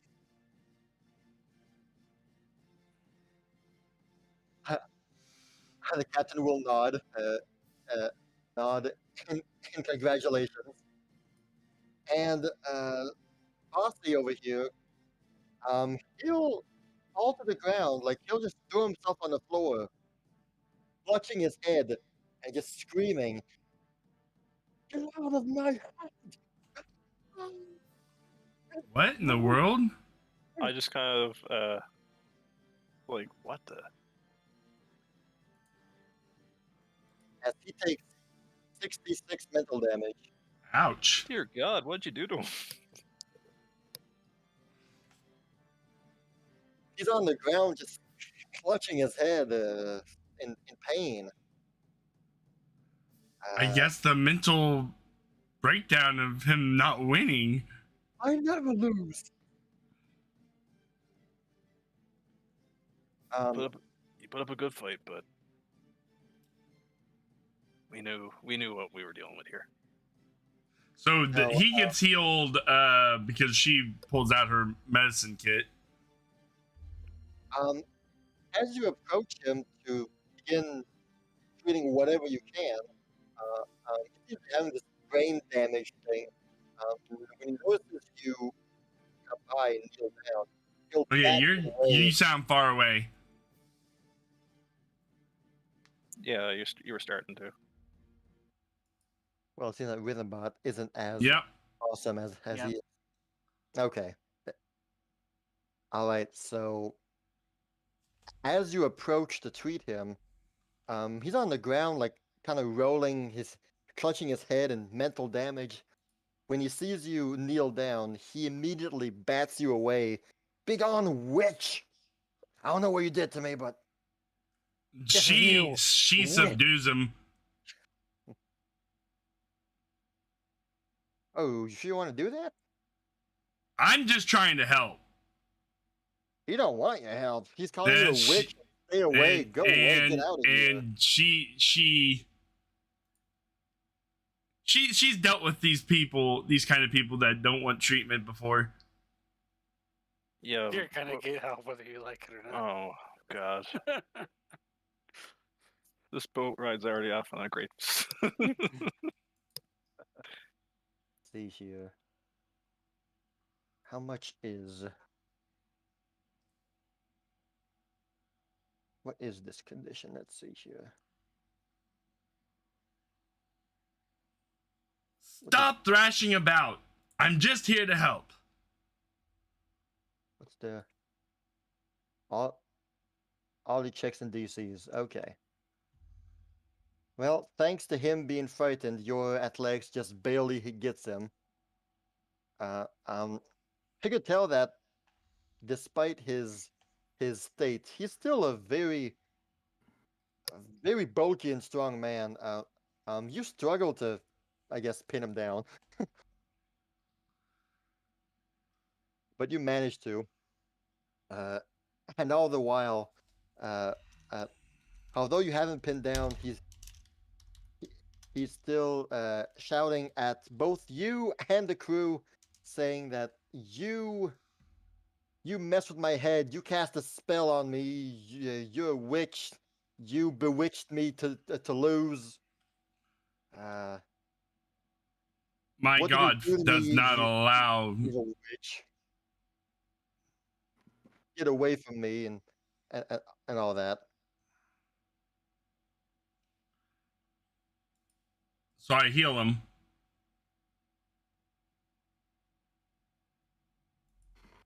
All right. Though his brain aneurysms fade, mostly, At some point, he'll just begin like just heavy breathing, no longer clutching his head in pain and whatnot, and no longer shouting. And once you've assessed that he recovered, um, and that he calmed down a bit, of course, he will then like stand up and take a few rapid steps back and point to you and with trembling hands a bit, saying that you must be one of them sirens who came on the ship to bewitch us and curse us. You put a She curse on me, didn't you? she crosses her arms and gives him a flat stare. Just because you lost doesn't mean you have to make up stories. He turns to his crew and she's a witch, I tell you, a witch. I know what I felt.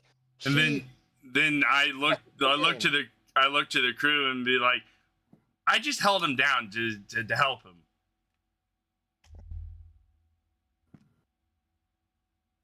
Something happened in my head while we were fighting that was not normal. It hurt. It hurt bad. I saw visions of a kraken jumping on board and eating me. That was not normal. Oh god. Zaya. Oh yeah, she's a witch. Some kind of evil sorceress, some evil siren who came to mess with our brains.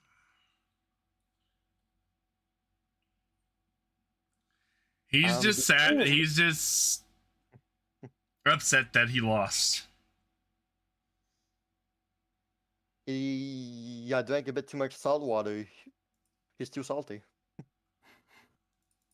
Nice diplomacy roll. The crew's not too sure what to make of this. They're kind of just staring at you and him, kind of confused, not too sure what to think about all this. But Bossy will just, like, hand gesture to push you away, like, whatever, just take the gold and leave, you evil, you evil witch. I don't want to see your bloody face again. As he goes below deck, still clutching his head a bit. His lackeys follow him. Emma kind of like walks up to Zaya with her hands behind her back and is like, "So, how much money did you make me, Zaya?" I don't even know how much they threw out there. From the betting odds, just calculations. You all make yourself a hefty 75 gold from all this. I just kind of saunter over after seeing that display and was like, what the heck happened there? Oh, Zaya beat that guy to the moon and back. Yeah, but the way he acted was completely abnormal. He's just making up things.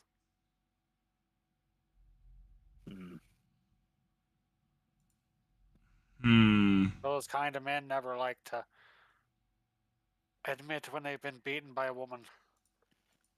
So they'll call her a witch or a siren or... Well, whatever the results, we should at the very least be mindful of where we're to. We don't want to frustrate these people who took us in too much. So just be careful. So everybody gets 18 gold pieces, 7 silver pieces, and 5 copper pieces. My math.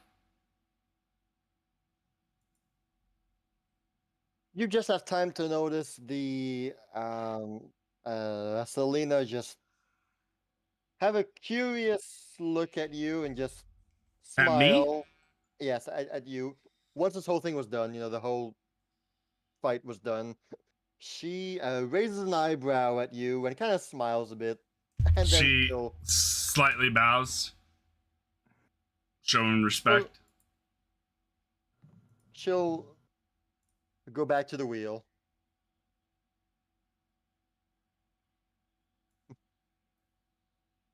Not 100% sure what that was all about, but somebody did something to that gentleman. Yeah. That just makes me a little bit more concerned that I should be careful what I do here. Oh, I wouldn't be all that worried. I'm sure he's just making it up.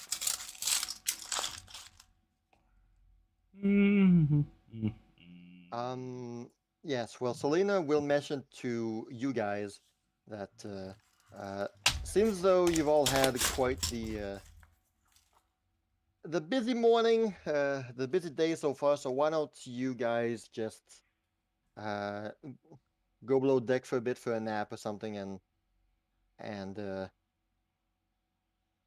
66 damaged ego. That's right. Why don't you four go and take a nap while you have the time to.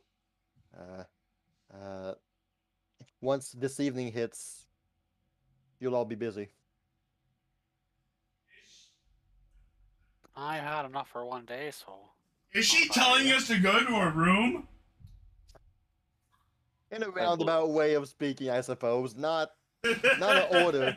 It's not an order. It's just maybe you guys should take an. Maybe you guys should chill, cool down for a bit here.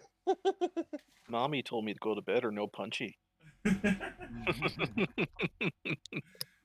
That If you guys wanted to talk to you guys that way, she will. Goo guy. She can... Who's a good little champion? Yes, you are.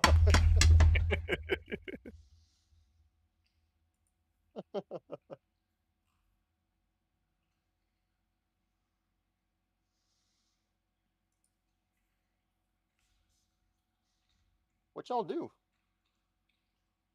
I take her advice. I go to. I'll go ahead and. Because, this is the same day that we just fought the friggin' everything. We just fought everything. It is. So, he's a little exhausted. And I'm planning on doing the same. There's just way too many things to think about right now, and I don't want to do them where I can be seen. Not by people who don't necessarily know me.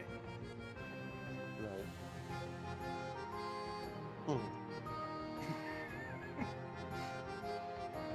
I'm dragging the costume with him, of course. Where do you guys find yourselves in your very small 4-bed cabin? Definitely not like the inn you guys are used to. Your own private pocket dimension room here. I miss my cabinet. Yeah, there's no cabinet, just plain old dumb beds. So does Well, Reggie just stand on that shelf there?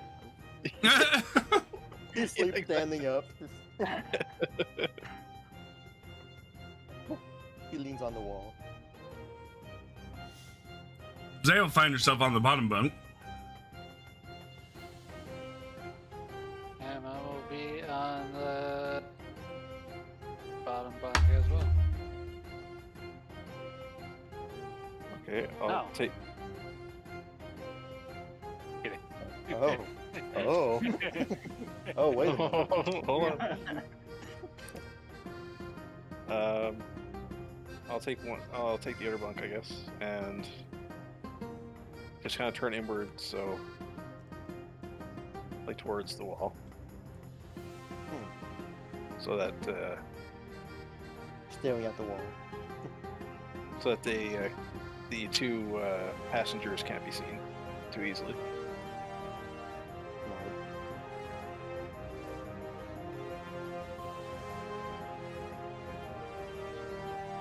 Do you guys talk to each other at all, or mostly just keep it chill, keep it calm? Emma's gonna do that thing where she like pokes her head above the bunk and she's like, you know, Ami's gonna have to untransform sooner or later. Yeah, but I really don't know what she's gonna do, because she raises a very valid point. And I honestly don't feel comfortable with her being seen. Because if they catch her, I don't know what will happen. Amethyst kind of pokes up over Kireji and then kind of starts shoving him a little bit. We have this would be one of those times having a full suit of armor would be very handy. Yeah. Full suit of armor?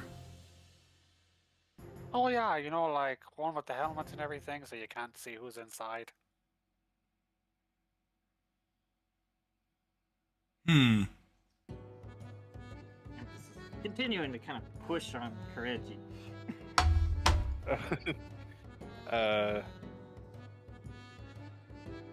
Kireji kind of lets her out and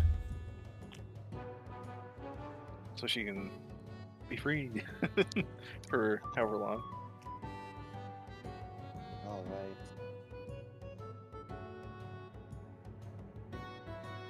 It happened. Amethyst poofs. And yeah, she's gonna change back to normal.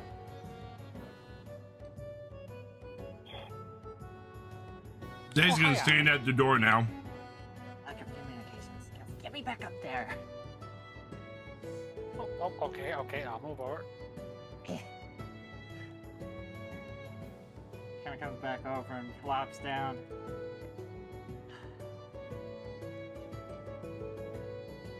Great, what are we gonna do? What are we gonna do?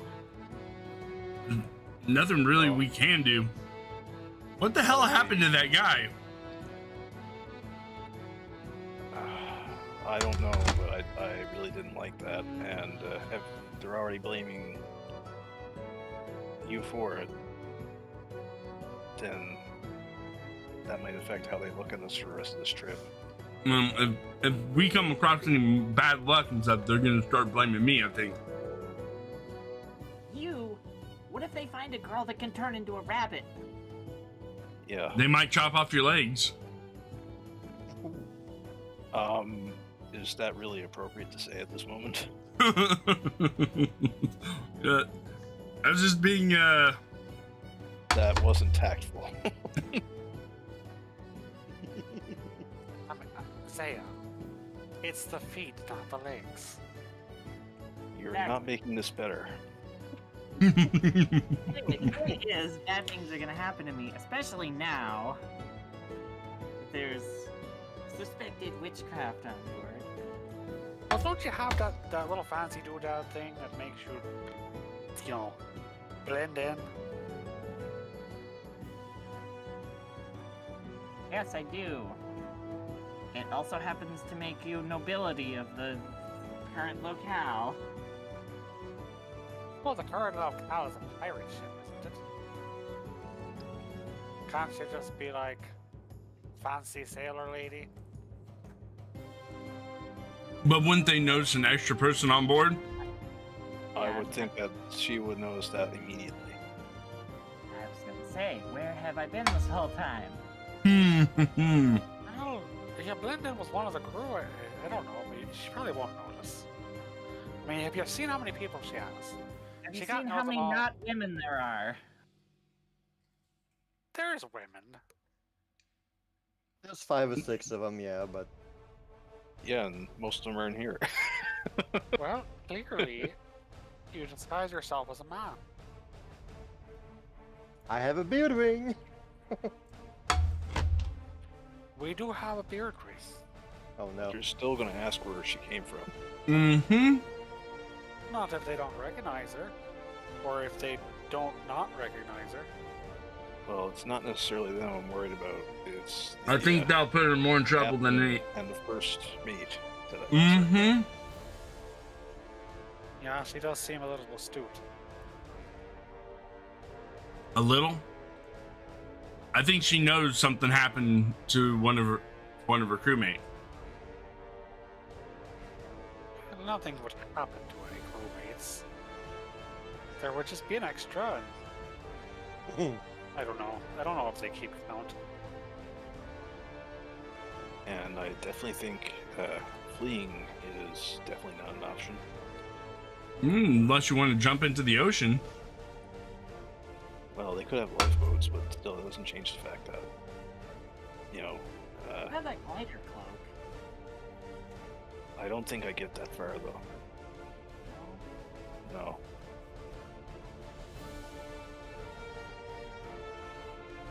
It's definitely an impressive cloak, but it's not that good, unfortunately. Does the door that to our little cabin have a lock? Yeah, it does. Okay.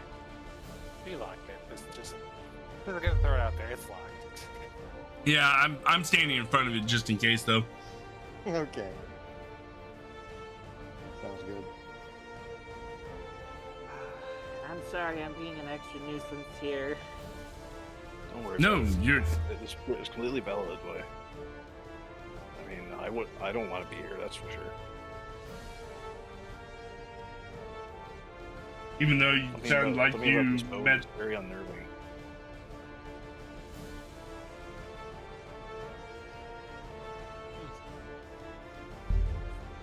Well, she definitely seems to like you. A lot. I really don't know where that comes from. You really don't know. I mean, No. I was just joking. That's all I was doing. Simi. Playing along. I mean, I she's mean- a pirate. She could do anything to me while I was on the boat. so now you're saying you allow her to do anything to you? Oh no. Say that again. Sorry. Well, she's a pirate, so she can do anything to you. I see how it is. I think you misheard that one. I heard what I wanted to hear.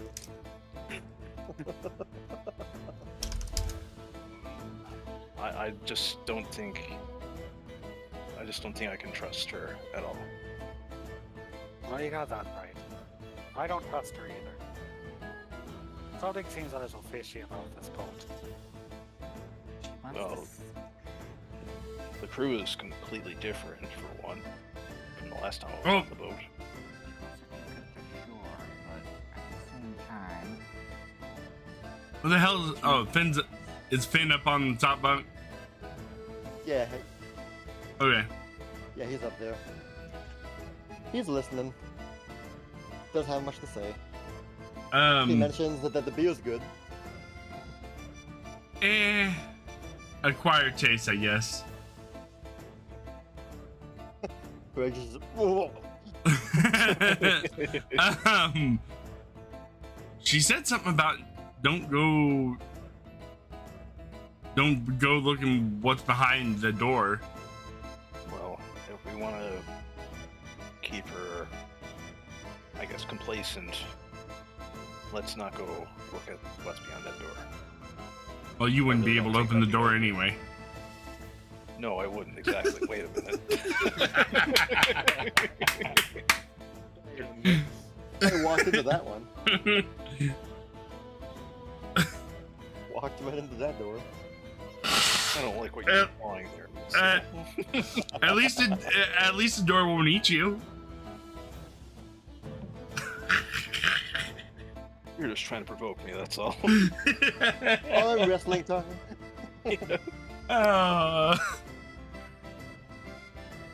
That's funny.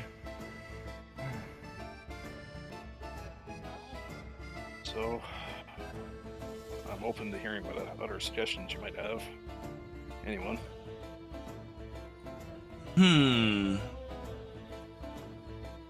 Well, Well, I could hide out and Ami can dress up as me.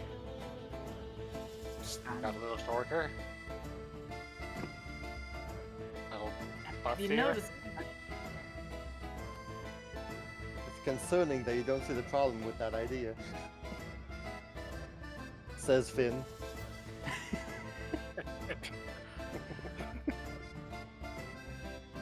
Oh, I'm about to see the problem with you, that's for sure. Oh yeah? Oh yeah? Wanna, Yeah, wanna go? like why did you drink so much?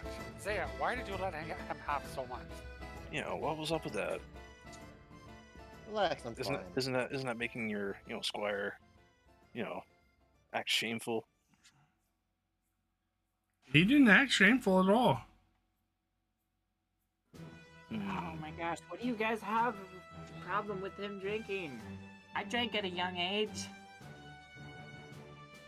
And that's why you're short. Oh. At this point, Kireji is trying to blend in with the wall as much as possible. Damn, the All spider right, works. time to go. Emma, who put a stick up your butt? Or have you been keeping that wand there this whole time?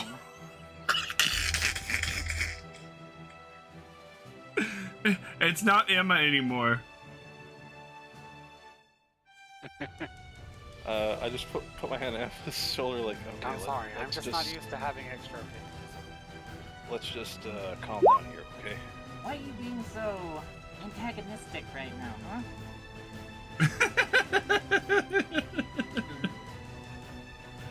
More money, yeah! I think it's that extra testosterone. You're being antagonistic. Or whatever you said.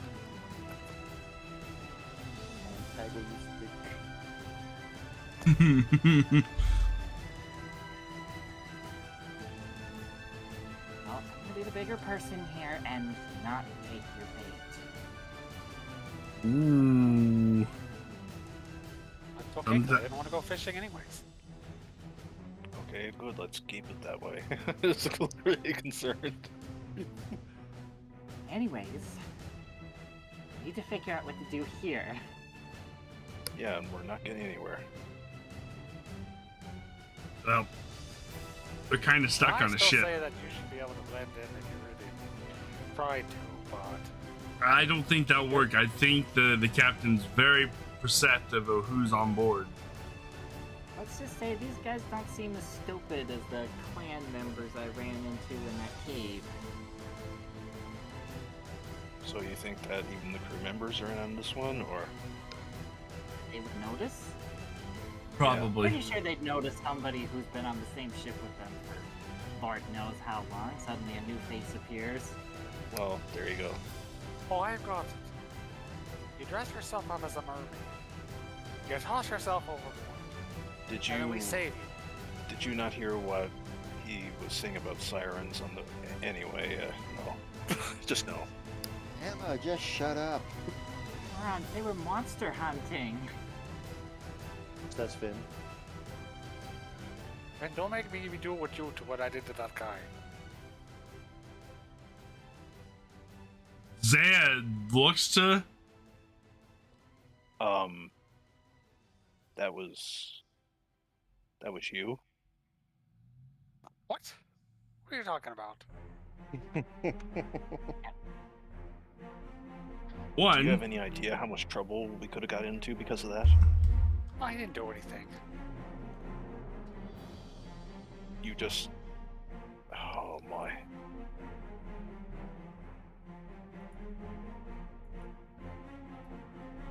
We're trying not to get killed. oh, here.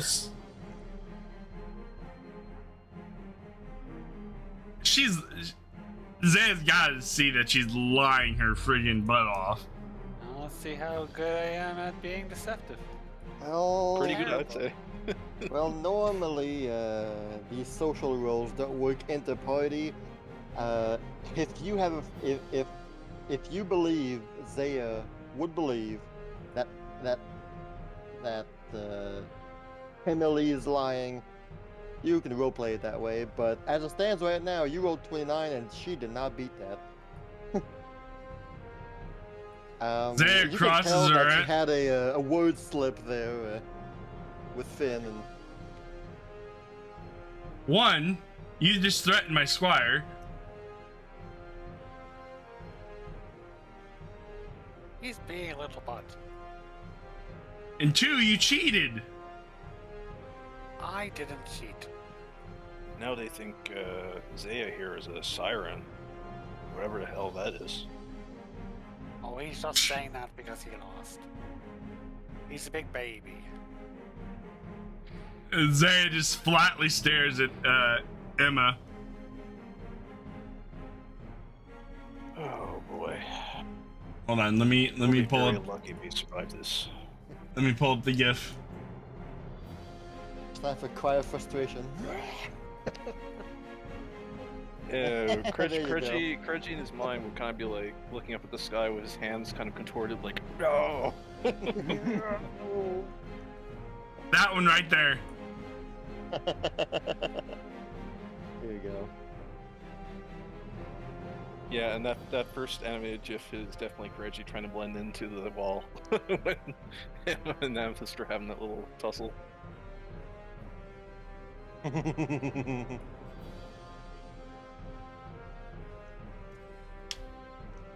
Zaya's not buying it. Anyway, what are we gonna do about Tommy? Well, We can't really do anything until we get off this boat. so like, well, I don't know what to do there, because how would you feel being stuffed into a shirt for however long the trip is? I would hate it. Yeah, I would hate it too, but if Well, I mean, if I it guess- saves your life, Well, that's not the issue. I can't stay transformed that long.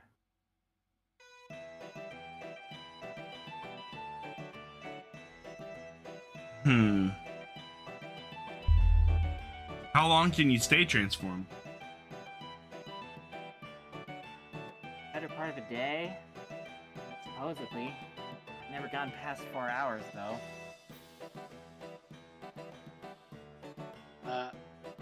Emma is gonna say, hold on everybody, quiet. And intently listen as you say, Abby, get under the covers. Okay, she'll shuffle under the covers. I mean, she might be able. We might be able, if we have the magic, make her look like one of us. Do you have I that suggest particular that. magic, anybody?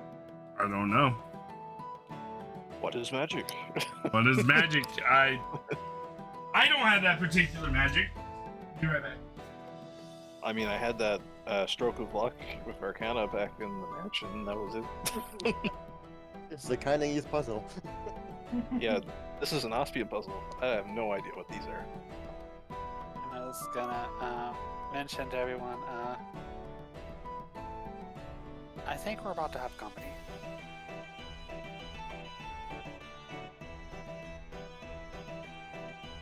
Shit, said it. What? Wait, what do you mean by that? I hear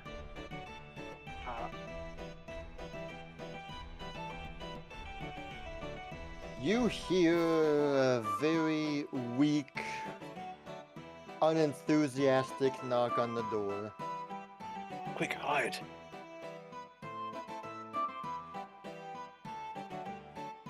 Emma is gonna Potion. Takes a sip and transforms again.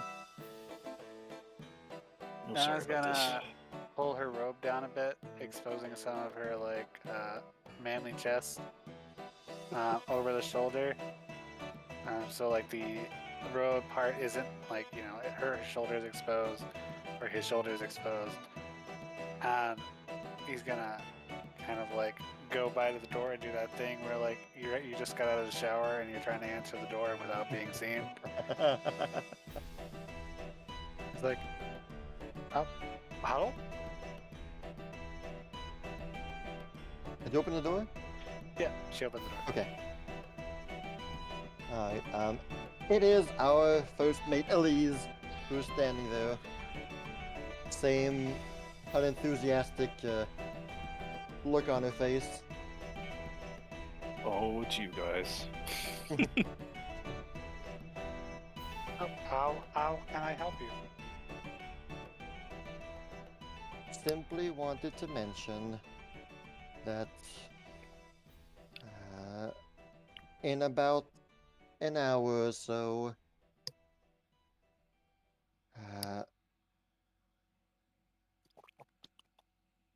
yeah, in about an hour or so, the captain would like to see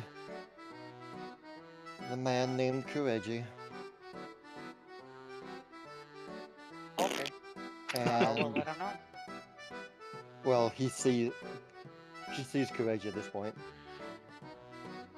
I get the I door just kind of like, wave back. Okay. yeah. Okay. If I'm seeing. Okay, my bad. Okay, never mind then. I'm like poking my head out the door. Okay. In That's about an not hour, suspicious at all. wants to see Kireji. And following that, he would like to meet with you as well. I like go in with Kireji or like go wait outside No, the door? one Or is he after gonna the other. Okay, so he's probably gonna come back and let me know. Gotcha. She nods. Oh, and well, she just mentioned that she would also like to meet with the strong woman, the strong one. I'll be sure to tell her as well. Does she want to meet her right now or later?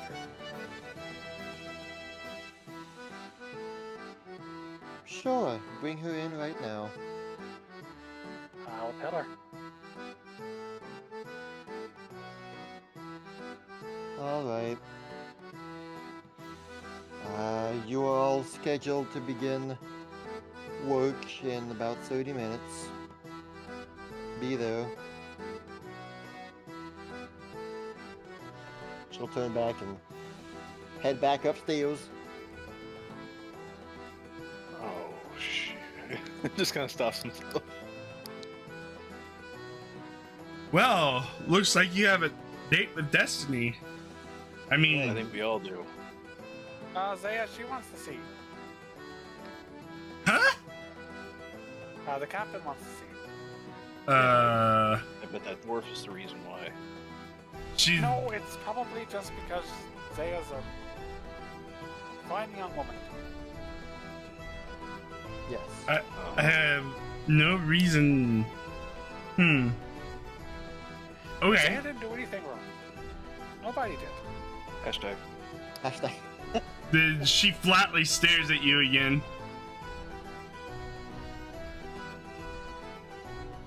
Right. I'm not sure what to do.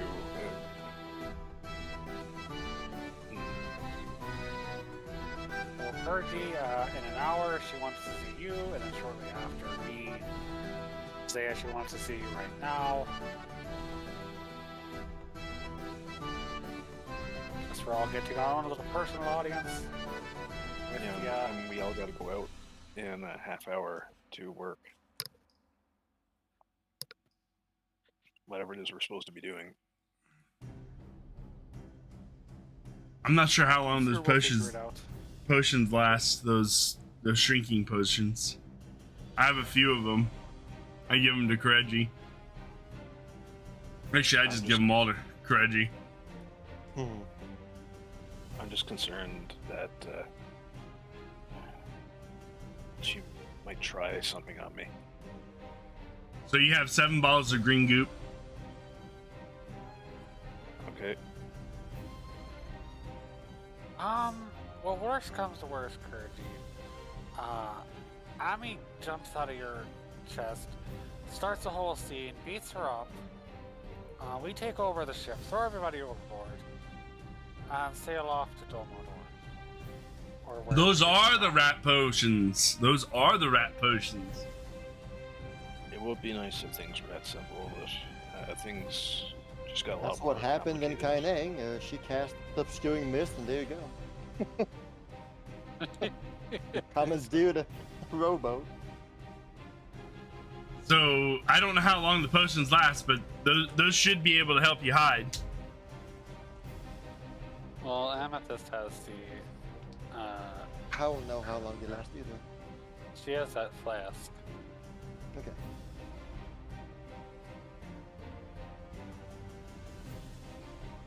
And I bet I could probably figure out how to brew one of these potions.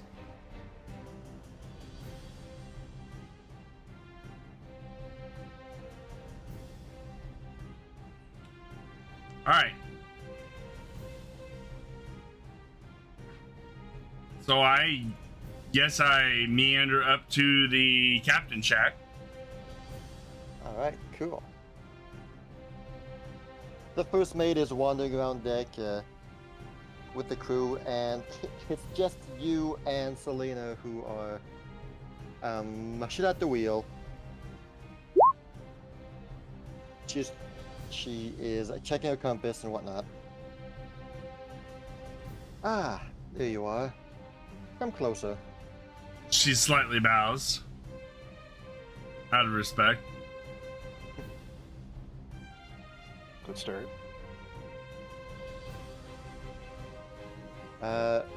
What did you need me for? Without letting you finish, she'll flip you away a glinting piece of metal. She'll just toss it your way. I grab it and I examine it. It's one platinum piece. She looked questioningly to. In Pathfinder, that's 100 gold, right? It's 10 gold. 10 gold, okay. In Pathfinder 1, it was 100 gold, yes. But in 2nd edition, it's multiples of 10. Mm-hmm. That's it. What's this for? She'll smile at you and... That's for knocking some sense into Bossy over there. He's been a problem. It's Yeah, nice to see him. It's nice to see him humiliated a bit. My god had me, so I don't understand what happened to him, but some. Yes, about that. I noticed you were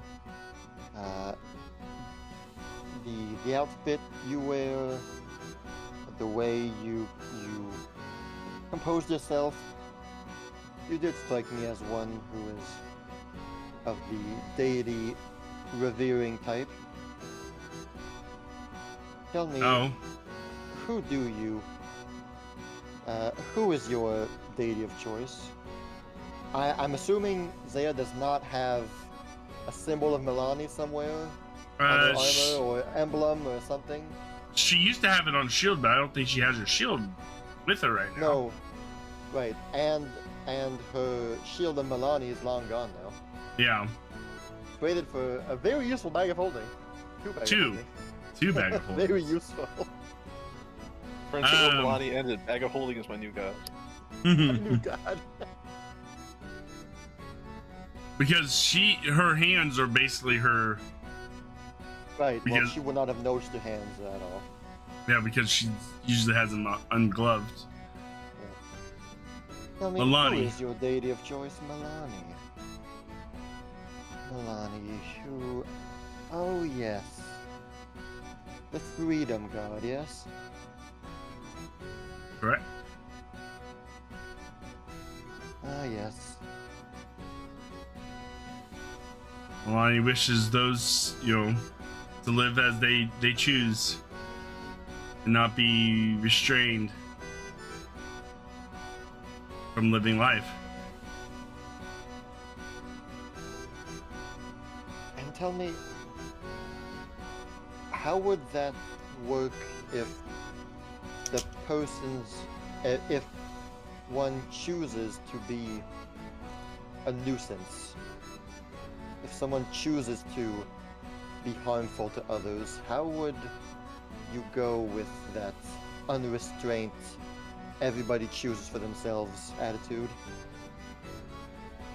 If he is a harm and danger to others around him, can he still continue being who he chooses to be? If they're harming innocents and hurting people, then that's not the way Milani values life. You know what I'm saying? Yes. What is your opinion on prison? Prison? Jails. What are your thoughts on the concept of jails? The prisons are there for a reason. The people inside that have committed the wrongdoing are paying the price of their crime with their freedom, and that is from my understanding, that is a just cause for Milan. I understand, people are getting their freedom restricted, but it's because of the crimes that they committed. Indeed, it would seem that by restricting one's freedom, you allow many others to enjoy their own freedom. But it's a choice they've made. They made the choice of committing the crime. They must pay for it.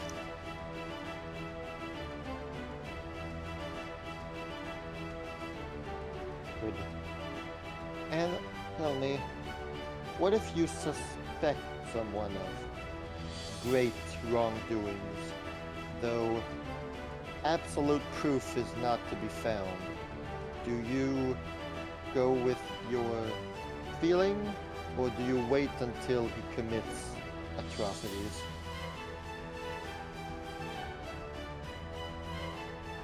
If it quacks like a duck and it waddles like a duck, it's probably a duck.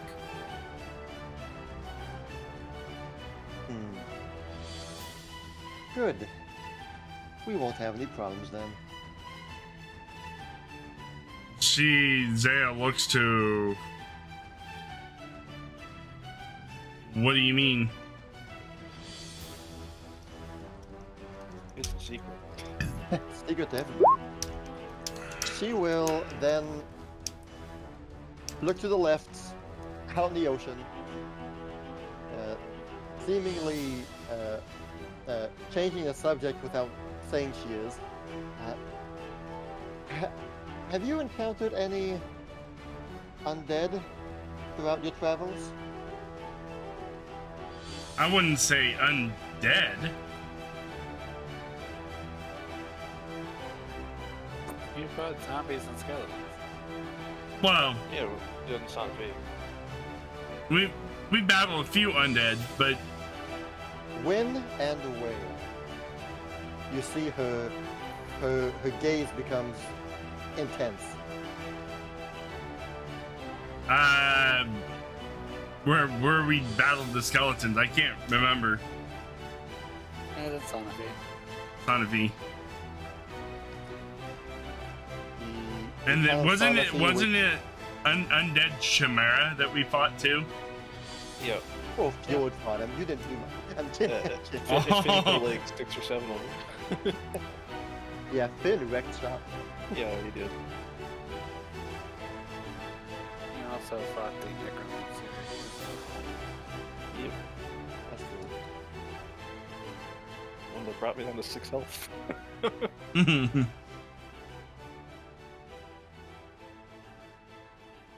Yes, we have fought undead.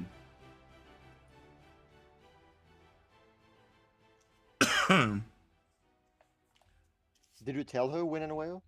Yeah. Okay.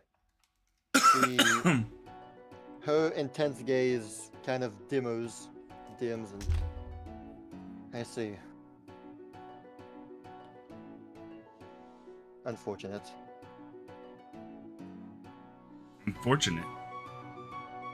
For the people that lost their lives, yes. No, that is simply fate. It's unfortunate that you did not fight them sooner or closer to here. Tell me, have you come across any beings that, and I described the gray malady without saying the gray malady?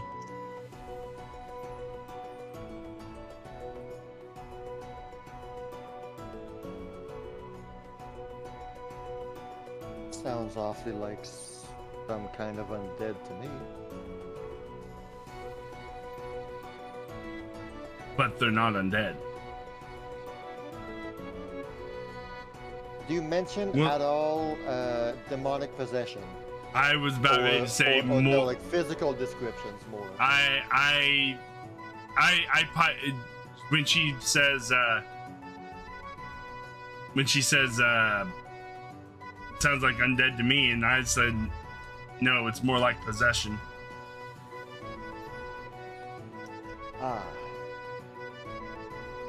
No, Lady Pharasma does not deal with that kind of creature, and neither do I.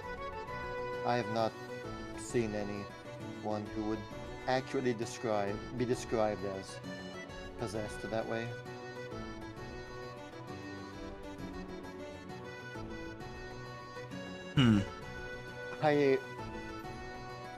I leave that to the other gods. It is not of my concern. I have my own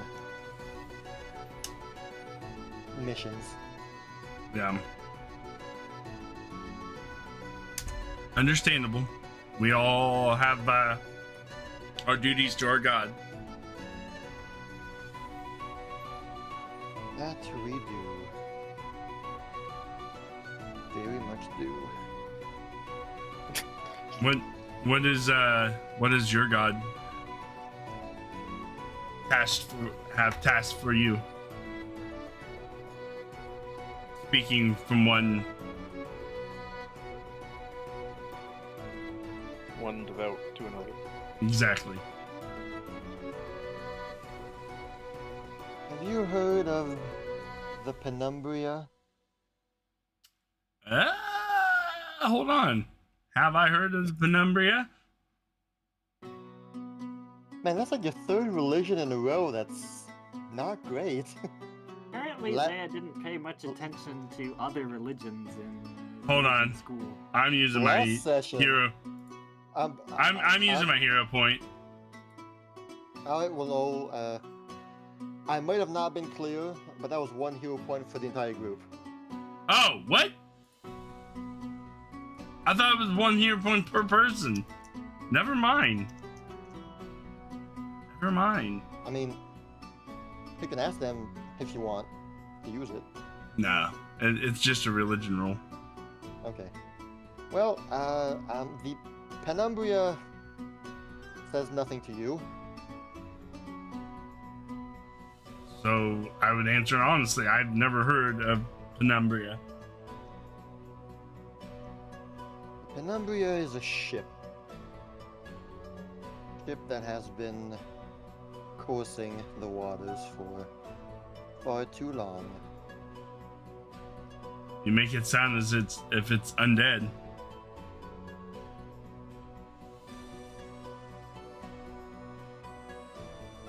She smiles, a faint smile at you.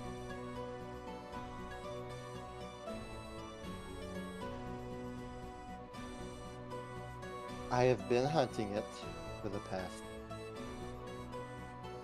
Who the hell even knows? At this point, lost track of time.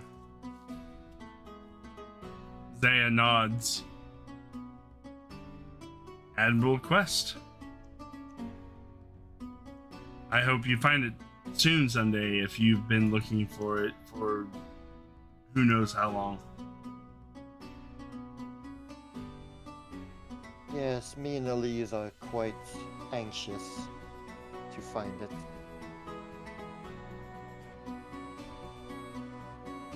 Might want to get that intern to be a better shot. She just smiles, kind of. Yes, well, whenever a cannon misses its target, it's simply that Pharasma wills that creature not dead. Oh, it willed it dead this time. It was fighting us. Pharasma always finds a way to claim those back to her. So did you sacrifice? Did you use the whole carcass, or did you just sacrifice what you, or take what you needed and throw the rest into the ocean? Oh heavens, you would see me desecrate the corpse beyond me. Dan nods. Insulting, really. It's always better Oh. to use every bit of a creature. Death is death, and any instances of death must be respected. Even though this particular one has been causing a lot of trouble around these waters. No dead person deserves desecration. That is abhorrent. Understandable. Dead should be left where, you know, as dead. And anybody who just, you know, who desecrates that deserves whatever punishment they get. Yes, one should not toss a body over a cliff, indeed. I couldn't resist, I'm sorry. Uh-huh. He doesn't say that. Uh-huh. I wasn't desecrating a dead body, I was burying it. I'm just messing with you. I know. Oh, where am I? Mm-hmm. Time will tell. Zani pokes her head out. Yeah. That is all. Your answers were, alas, of no use to me. But thank you, nonetheless. Zen nods her head, and I appreciate the payment for teaching your crew member a lesson? Question Yes. mark? Just don't go into it. Don't go messing with his head again. I wasn't. It's hard enough to keep them in check. Now I might have to deal with pirate superstition again. Zaya looked flatly at her. I wasn't the one who did that. Either way, I'm sure my message will be brought to the one responsible.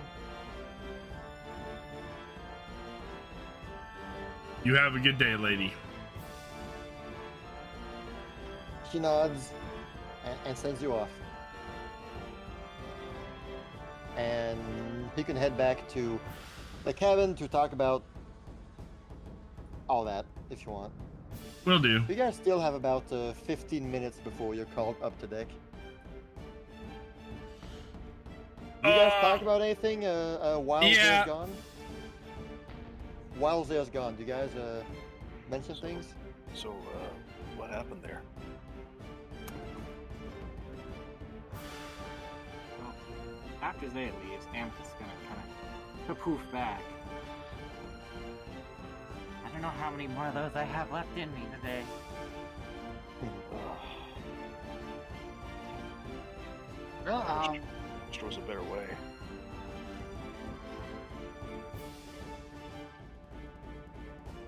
you could just hide out in the cabin here, Ami. I don't think anybody would come and notice you. I have my doubts about that. Worst comes to worst, she's got those rat potions, right? Rather fend off the entire crew by myself than quaff one of those things again.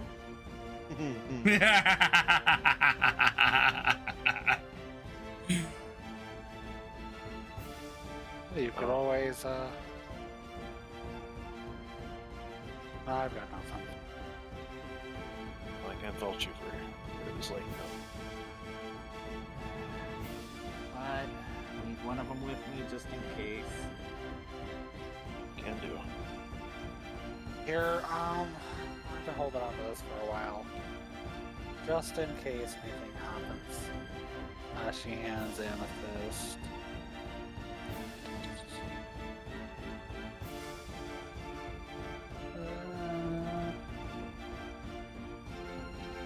This thing.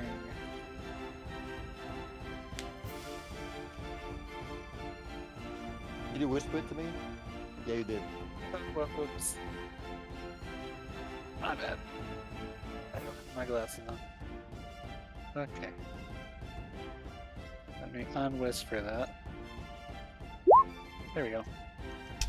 Invisibility potion for 10 minutes. Nice. That's just nice. Well, that could certainly help. Absolutely. I like that. Thanks, Emma.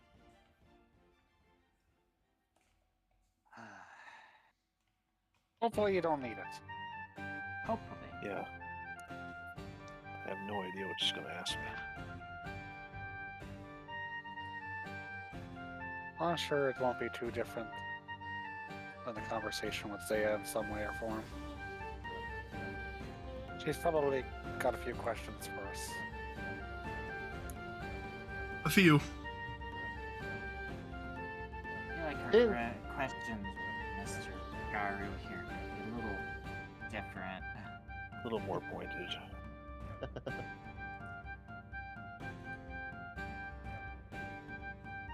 Finn will turn around towards you guys and say, hey, since Zaya's gone, I want to ask you guys, is Zaya, like, legit, her Milani stuff, is that all real? Like, is she really, doing, like, is she really doing Milani good?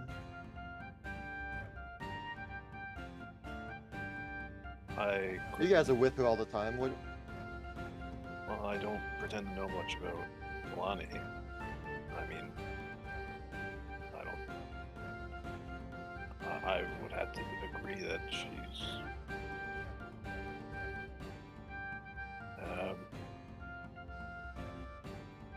Should be very pleased about what Zaya's done up to this point. I can't really say so for myself either.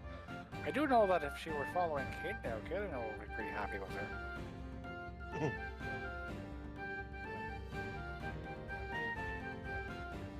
Why is my Zaya's faith being brought up?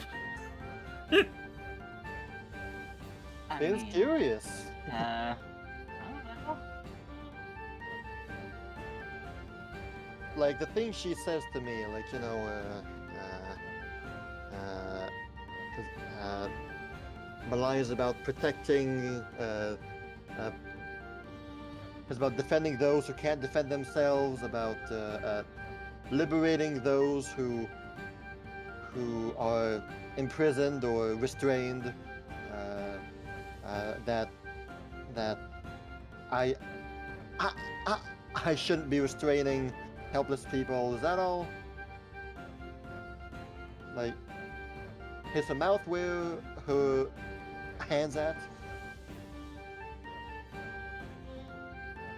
No, she does a lot of restraining, but it's people who need to be restrained, Yeah.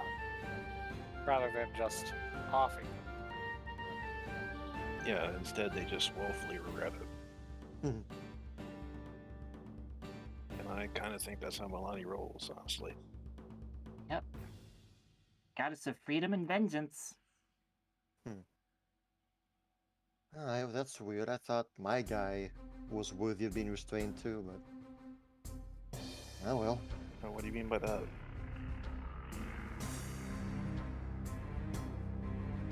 Ravenheart.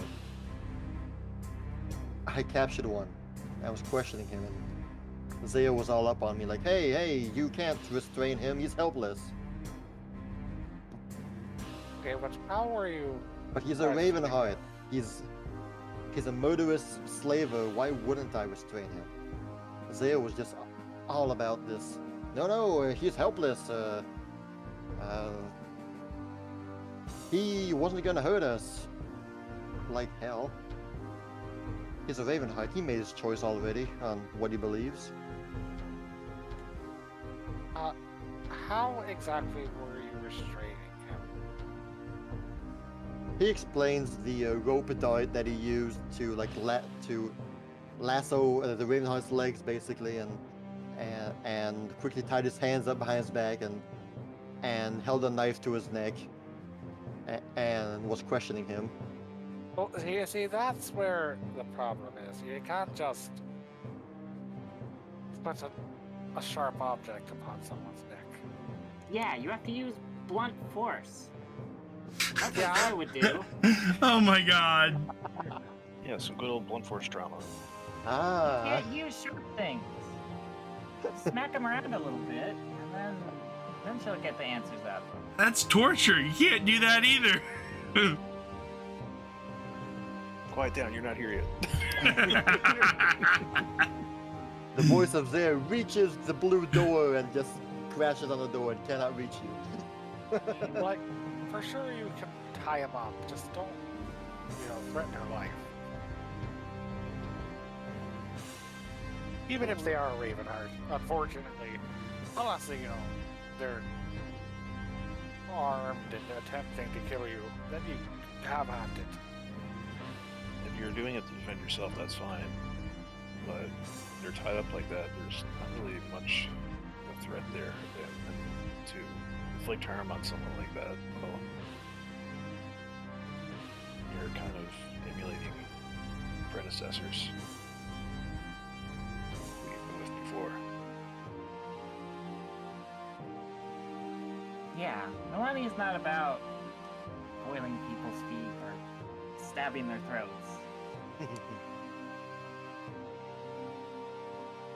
But Zaya never mentioned sure, she talks about how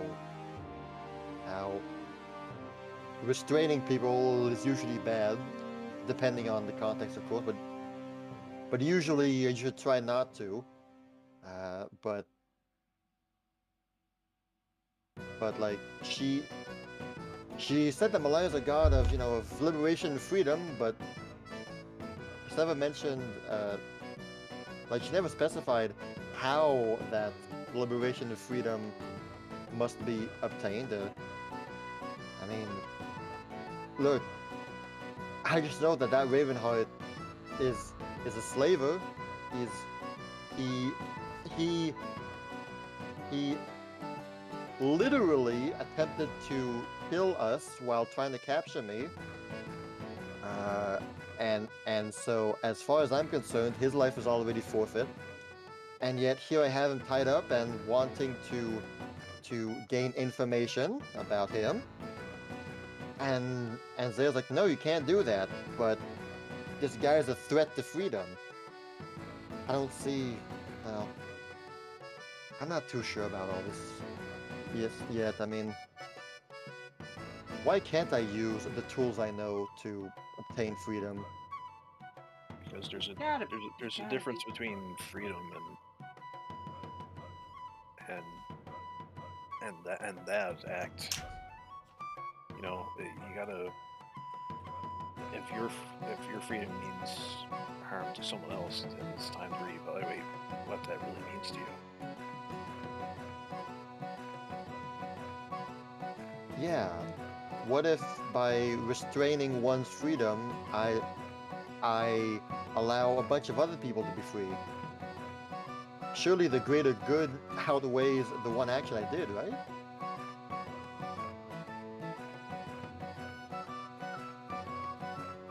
think you lost some of us there. I don't know. I don't know that much about Milani or her doctrines, I'll be honest. And The whole point is just don't go trying to threaten people's lives when they're harmless. I mean, it's something even now I'm kind of getting used to. You should see how many people's lives Kireji used to threaten back in the day. I don't know. However Justin might have been, I'm starting to learn that there were other ways I could have solved things. I don't know. I just can't see Ravenhearts as being harmless and They're not. and and in my head, in my mind, Ravenhearts are just free game. They're not harmless, but I'm also willing to think that not everyone wanted to be a Ravenheart to begin with. Intent. Not Yeah, harmless, but still people. A lot of the Ravenhearts are not really that free. That's my opinion on it. Some of them are Ravenhearts out of necessity. And while that doesn't excuse what they've done, you kind of need to look at it from their point of view as well. Even if it's really hard to do it. I'm not necessarily the best person to say that, but it's what I'm trying to learn.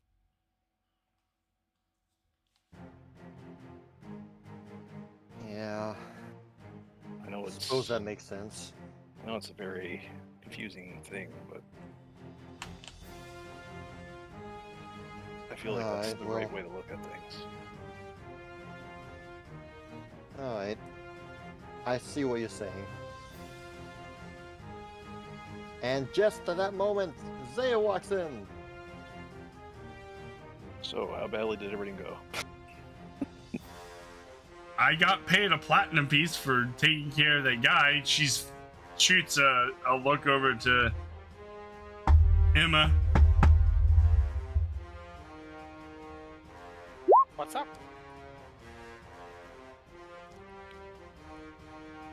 I got a platinum piece for beating that guy in arm wrestling, teaching him a lesson. But she knows something went on. Oh, she doesn't know anything.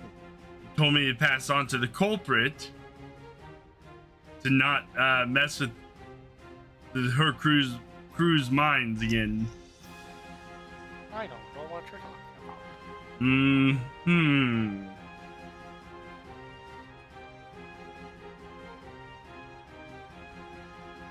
Anyway, what did she want to talk to you about? She asked me if we came across any undead. I don't remember any undead. Ornstein Manor? Oh, I wasn't there. Yeah. Zombies in Celestra. Oh yeah! There was that time when we fought all those zombies. But that was that thinner beller. Yeah, that's where Finn was over there chopping them down like crazy. Hmm. Hey, that was awesome. And where Fjord put one right between the Chimera's eyes. That was pretty impressive. Oh, that was dope.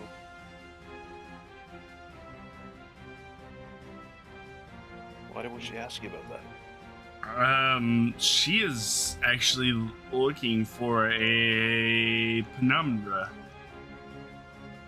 Pardon? A She's penumbra? looking. She's looking for a penumbra. Is that what? Isn't that what it was called? Penumbra. I think. Penumbra. Penumbra? Yeah. All right. Penumbria. Okay. Penumbra. Does that sound familiar to him at all? Roll a society check. Oh It's boy. an Austrian thing. So Here's I a don't roll. know. Here's a one. Yeah, I mean, I was. Who are your pirate lore? I mean, Eh, I don't don't know if you think- have that or not. I don't think my baking lure is going I to have help you. versatile, or it's close enough, right? Yeah, go ahead with that. Penumbria, an undead ship, not only crewed by undead, but the actual ship itself is also made of flesh. So her crew has been looking for that for ages. she However says. long. Oh, Yes. what does Emma know about this ship? Just knows that it exists? I just told you what you know. Okay. And does he tell us about that?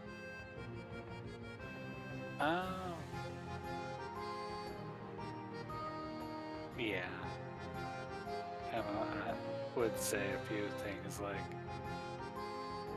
the number. I heard a little bit about that as my times out on the sea with As a merchant pirate, place. you would know about. It's more or less a pirate folk tale more than anything else. But she seems intent on looking for it. Yeah, I'm not too sure what she would be wanting to do looking for that sort of thing. That's very strange. Unless she means to take the ship for herself. If she- I don't think she looks kindly to undead. She looks very unfavorably to those who desecrate the dead. Well, at least that much is a relief. She's just saying that though. I don't know. And anybody who brings the dead back to life is pretty much desecrating the dead. That's a good point. But still, I don't understand. Why search for the ship? That Maybe she wants to could be destroy it. a tale. Just Probably wants. I'm not. superstition. I didn't ask, but I think she wants to dispose of it, of this world. Yeah, that seems like. Well, it's either that or he's lying and she wants the ship. Sounds like a rather And holy mission, but she doesn't exactly seem the holy type. And she might be a bit different than when you last met her. That's possible. I've been pondering about that all day. Now, one of you two are next. I start heading up to the. Just to do my job. I don't know what they're gonna have me do. I can fix things. I can fix things, and I comes can. up.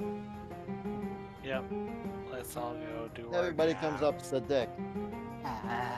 Except Hold for up there, Amethyst. Mr. GM. I'm not everybody.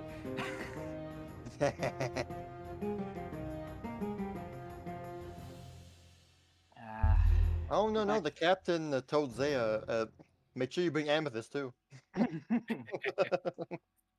What? Good luck, everybody. I'm gonna hang out in here and try and hide.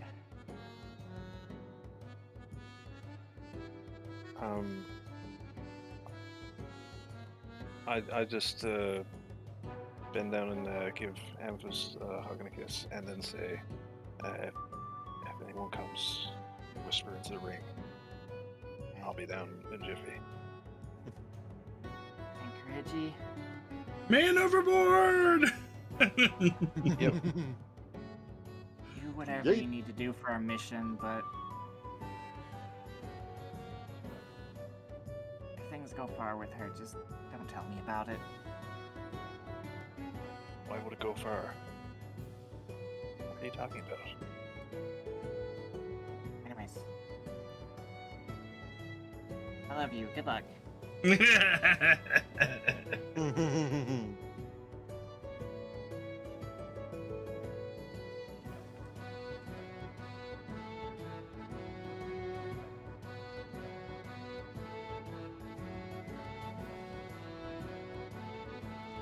Whee! All right. Can we take a 3-minute break? 5-minute break? Sure. Yeah. Be on break, guys. BRB. I'll be back.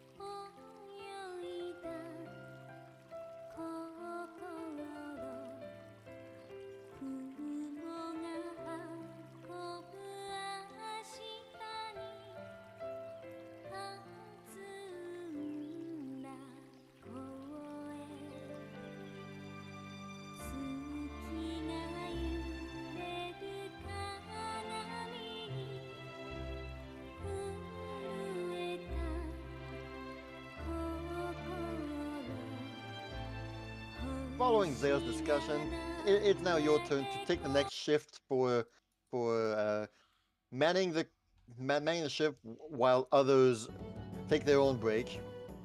And I mean, for the next shift hours, you all just go ahead and do common menial boat work, be it either adjusting sails, tying ropes and whatnot, floors and. I go about fixing things. Yes, great idea. You notice a few amount of broken things. A lot of it are from the crew's items and whatnot. So you can easily spend your time mending ropes and barrels and the likes. The others are quite appreciative of your skill and talent. Though you notice that everyone keeps their distances with you there. No one really goes to talk to you, goes near you. And you notice throughout the work that many are casting glances at you like, odd But looks. don't want to get beat by a girl again? I understand. I understand. Look, you believe what you want to believe. That's not why they're looking at you that way.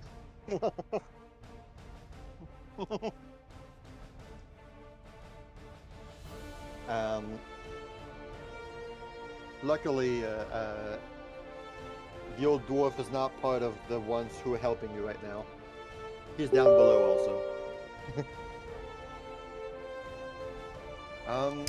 Same goes for Kireji and Emma. The first mate will have Emma do a bit more, I suppose, skilled tasks because she spot her out as one being a sailor. So she knew that she could handle more technical stuff, while Kireji and Zaya are doing the more menial things. Zaya, roll a fortitude. Alright. Despite not being out at sea often, you got your sea legs pretty quickly. So, seasick is not part of you.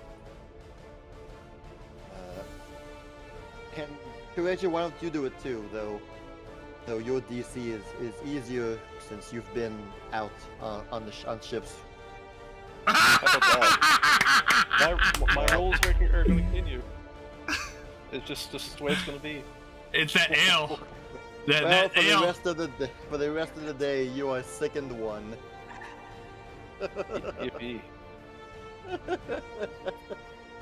Bam! I wonder if we're gonna hear vomiting from our room. Kireji and boats, man. What? Oh, That makes no sense because, where his father was a sailor at one point, so. I know, but you rolled a 1. Yeah. I am a servant to the dice. I can't. I guess he didn't take after his father in that respect. Mhm. Oh, gosh. Sea legs were not genetic. Then again, there was a famous captain in the British Navy who was supposedly prone to seasickness. Well, there you go. That just means you're shaping up to be a pirate king one day, Kireji. This isn't One Pirate Piece. King rules on land, apparently.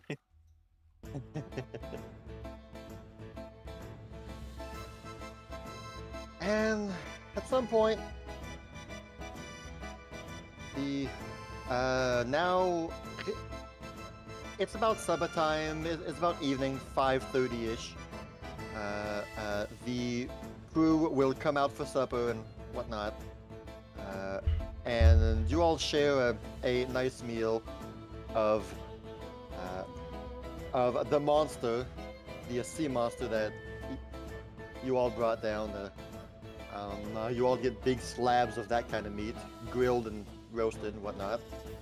Roll a d20 to see if y'all like if y'all like a creature meat like that. It's alright. Ooh. Emma's tasted better. For me, it's kind of like, well, it helps me forget what just happened. You might be throwing it back up. Yeah. It's the monster's called a bregdi. And so bregdi meat for Emma is like ugh. Blech. Blech. Not the best Zay's ever tasted, but you know, it's passable. It's palatable. Fine. Yeah. For a voyage at sea, you can't be too picky, so. Yep. Finn's liking this kind of stuff. Like, yeah, man, being on a ship is nice for me. This Caden nail, this bregdi meat, goodness. I get used to this place. Try not to get used to it.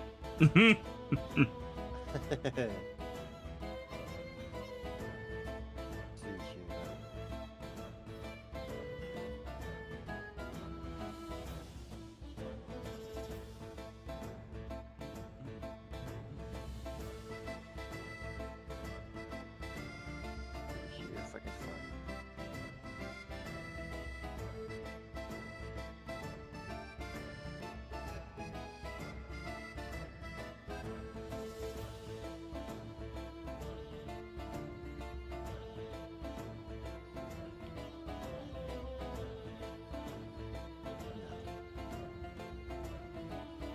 Just go with.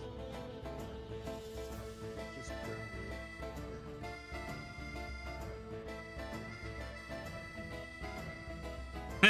Just go with. Admiral Nelson. I like it. Reggie Nelson. That was perfect. Sounds great. Perfect.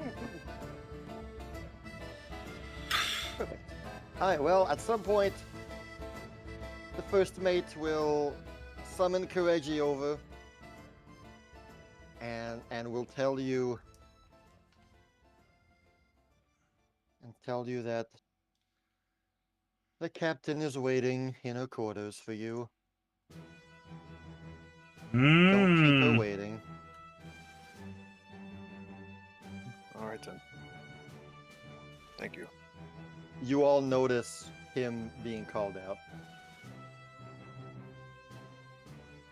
I just kind of cast him a knowing look, kind of like if anything happens, be on guard.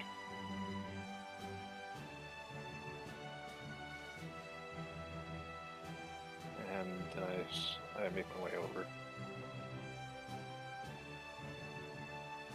Alrighty, you will head to the door. Let's see here. I forgot to keep this map thing going.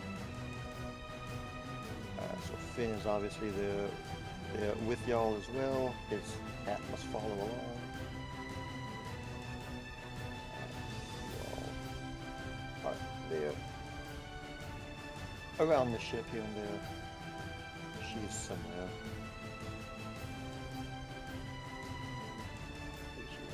She'll be there. Reggie will be heading to the captain's quarters, knocking on the door. You hear her come in. And you will enter the room. Captain's quarters.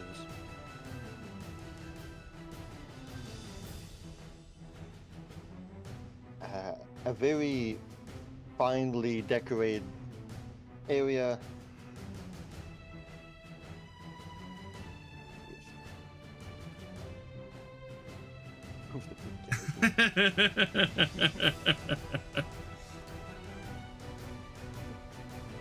Come on. Oh, you're moving Monstro.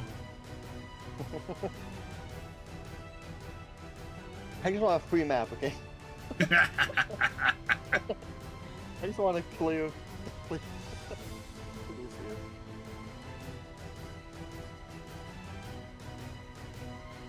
Alright, yes. The place is calm. It seems neatly tidied up. And fancily decorated.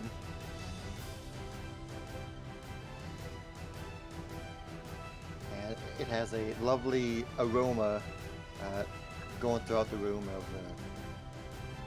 of apples.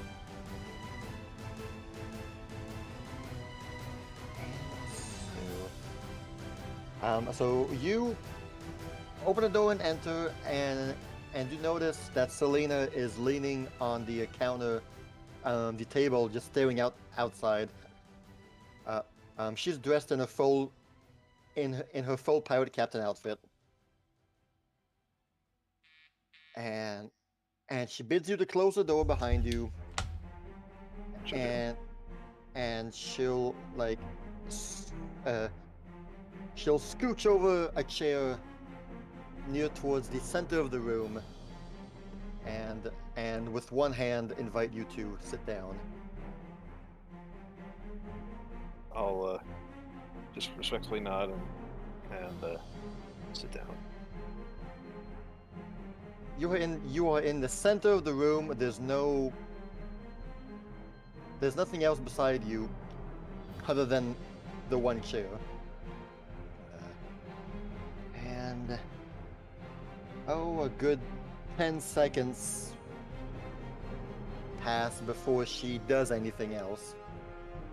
She's peering over her table until finally she will lift her head up, turn around to face you, and all throughout the conversation she'll just be very slowly pacing around, walking, sometimes stopping somewhere to mess with a bauble or a ship thing, all the while looking at you. And so she begins. You are truly full of surprises, Mr. Kireji. I must say, surprises usually find me. Not only did I not think I would find you again, but in such a state, well, seems that some deity of fortune has finally turned her eyes towards me. I see. Well, yeah. You are quite an enigma. She like walks around you. She walks behind you. And like steps in front of you again. Very slowly, just very casually pacing the room. So, what is it specifically you want to speak with me about? The minute you showed up on board, I knew something had changed with you since last we met. Well, I suppose that's not wrong.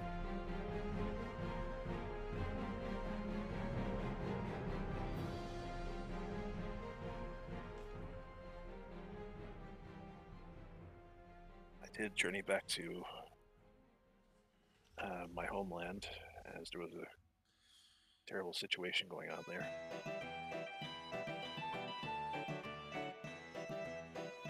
He is now behind you. She places a hand on your shoulder. No. Nothing of that. You carry with you the unmistakable scent. A scent? You What do you smell mean? like a rabbit. Oh no. And I love rabbit. No. Be very, very quiet.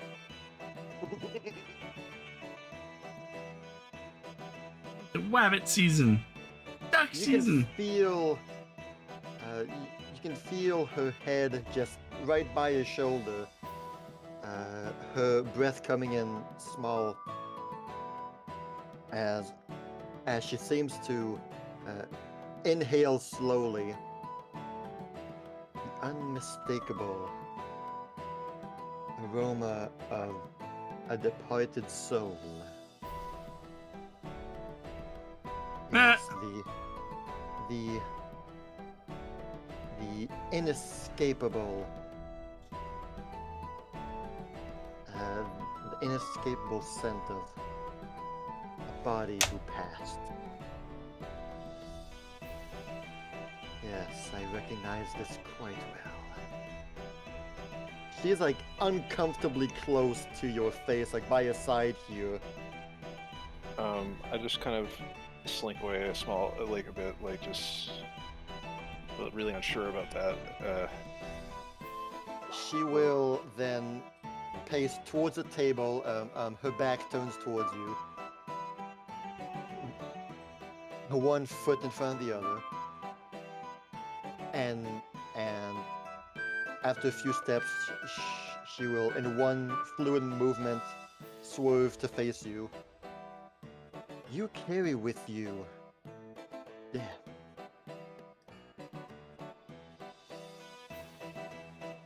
It is unmistakable and oh so enticing. I certainly didn't ask for it. You died, didn't you? I did. It's not the first time I've died either. She smiles and nods. Yes, you did.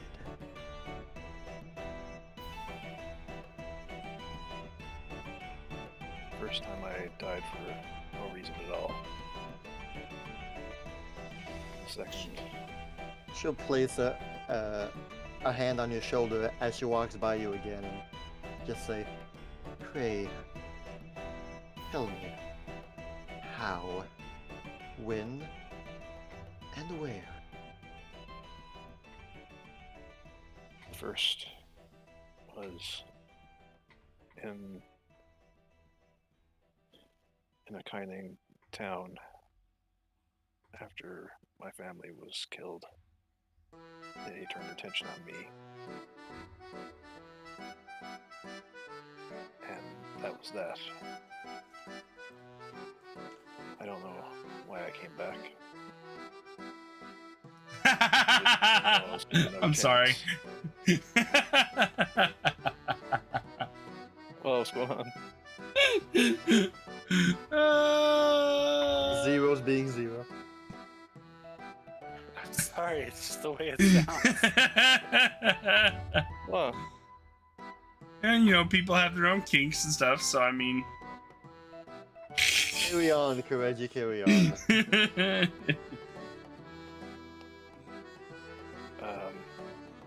yes, the second time I died to protect something sacred to my homeland of Kaining. So that they wouldn't have to suffer anymore.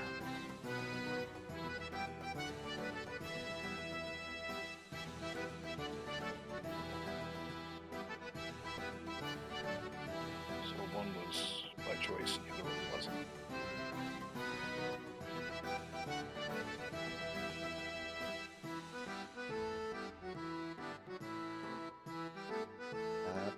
Make a perception check.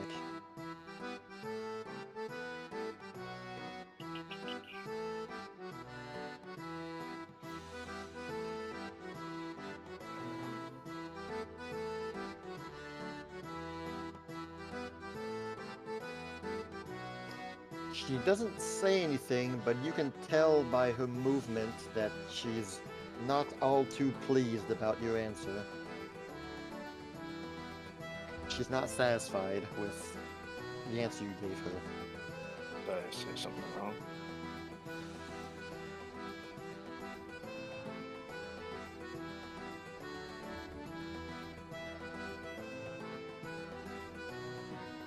No.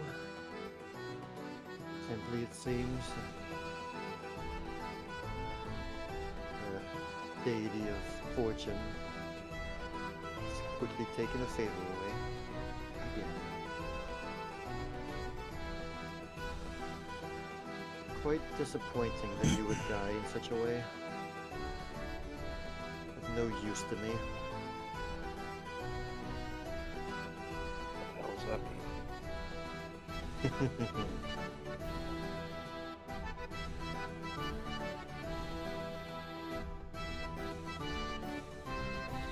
I was hoping, after finally meeting someone who had encountered death, that he or she could help me.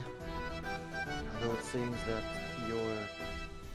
your passing and coming back has nothing to do with the will of Pharasma.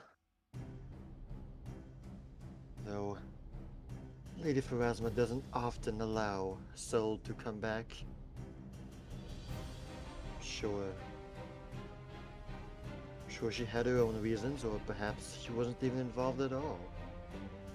Seems from what you were saying. Kaineng seems to have its own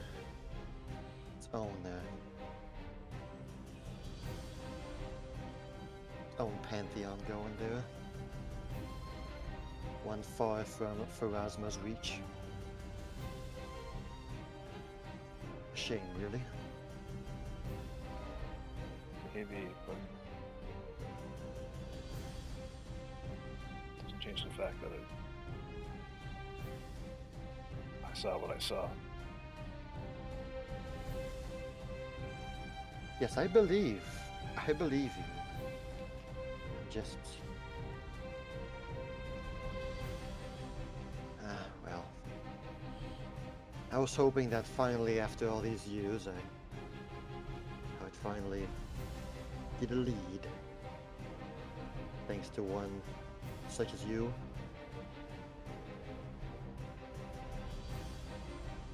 Oh, I'm sorry I couldn't help you. Oh, you might still be of use. Tell me, how was it to die? Tell me. It felt cold at first. And then there was this weird, comforting feeling, like I was starting to belong more to where I was going. I can't describe it any better than that. I never got to go beyond that.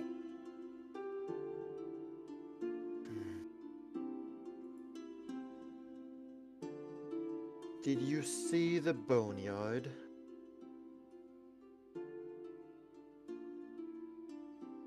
It was not enough to really...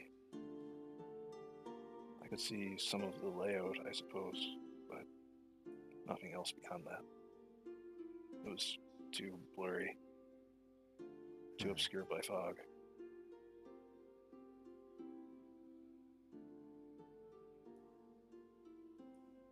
Cold and comforting, you say? Yes. That is how it felt. Did you go through something similar?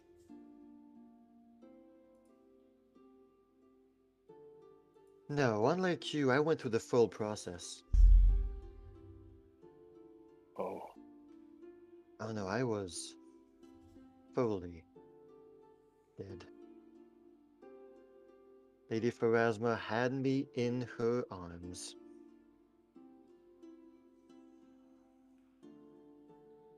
And then she decided that I was not done. She had a task for me.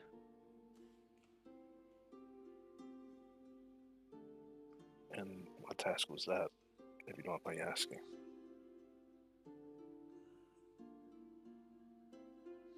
Talking with your Milani lady, I assume your answer is quite similar Your dealings with the undead have been minimal. Am I wrong? Yeah. That was my first time encountering such things. Well, It's pretty ghastly, honestly. truly they are. Well, that is a shame. I was hoping that finding those who crossed the veil of life would have met more undead. Alas, it's only me. The only thing I could do for them really was send them to their graves in peace.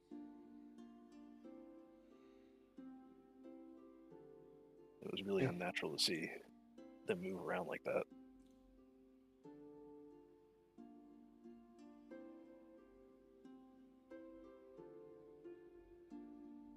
Undead do not deserve peace. They are an insult to life, an insult to death. They deserve the worst of punishments. But what if they didn't ask for it? What if they didn't ask to be that way? I don't think they all get a choice.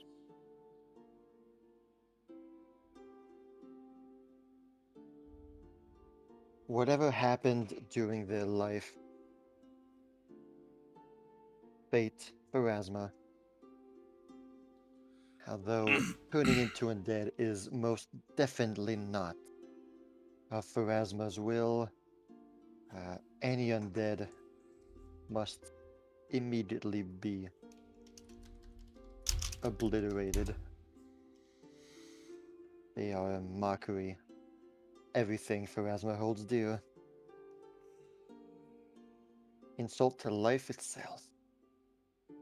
Well, that much I do get, but I guess what I'm saying is if they get turned into it that way, like if they get turned against their will, because some of them were like that.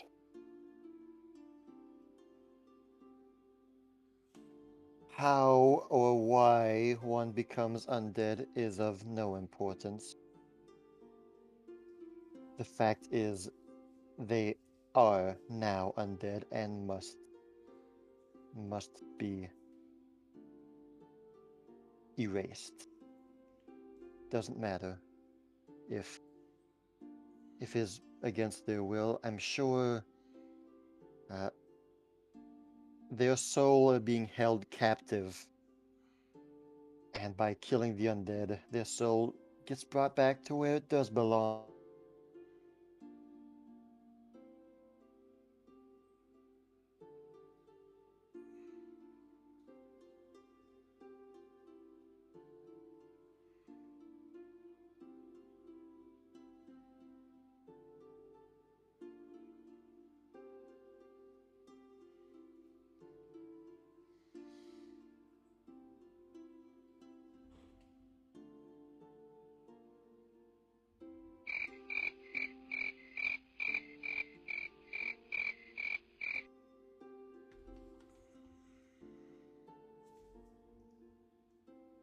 I'm not hearing you there.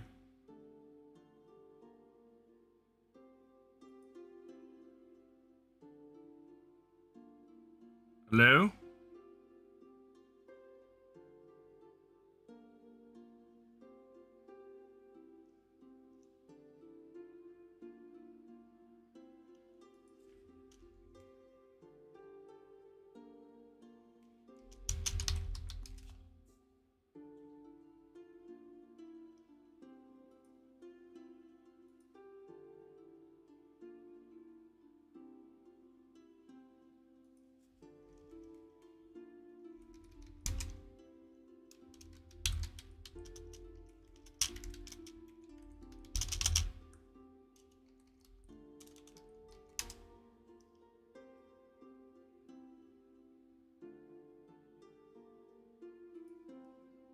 Yep, I think Discord just took a poop, guys. Hold on.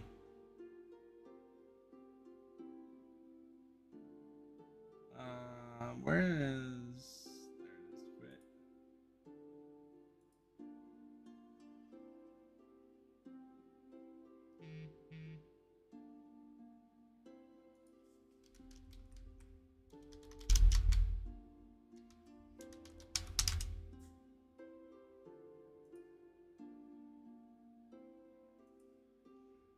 Yeah, I still don't hear anybody. It says no route for me.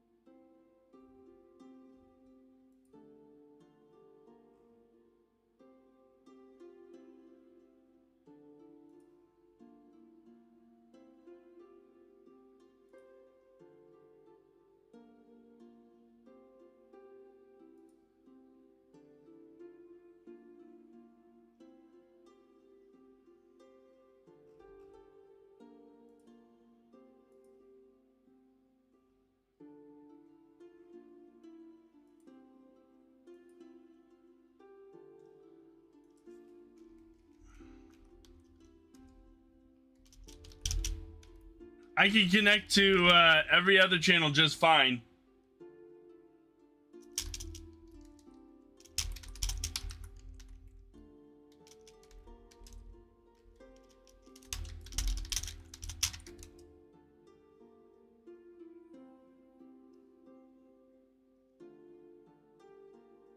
It's weird. Hold on.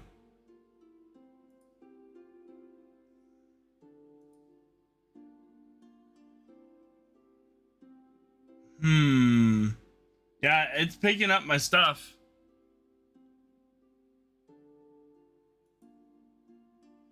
Hello? Oh, there we go. Nope. I can hear you Whoa. now. Hey, What'd you do differently? Nothing?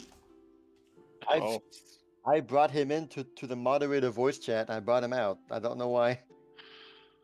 Okay. well, yeah. That was weird. Isn't software lovely? Sounds good. All right. Continue. Death is not good. Death is not evil. Death is only death. Oh, It is of no concern of me how one lived or unlived. It is only up to me to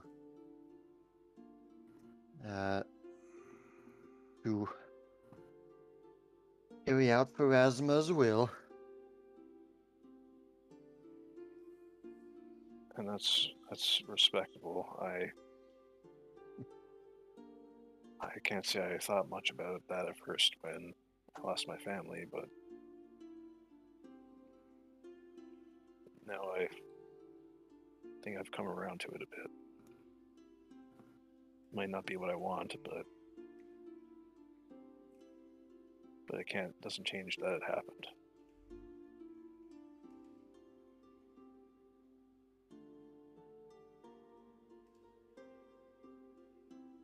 And I just hope that I don't have to see anybody I care about go through the same thing. Why do you say that?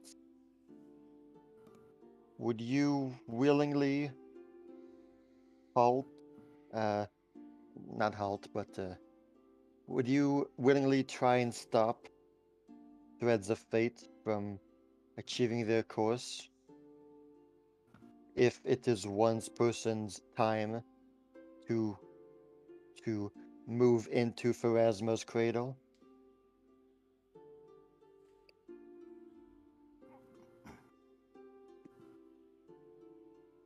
I suppose it depends on the person.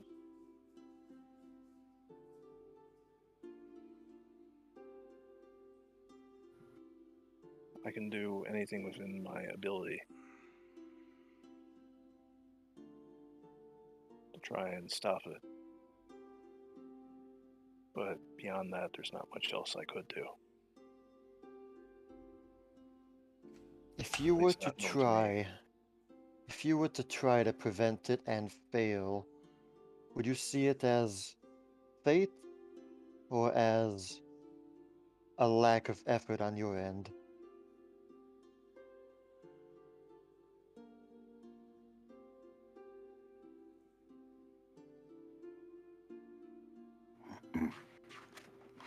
I suppose it depends on the circumstance, really.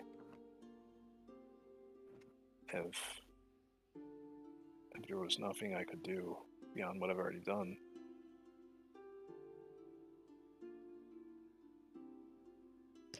then that's all there is to it. But that's not true for everything.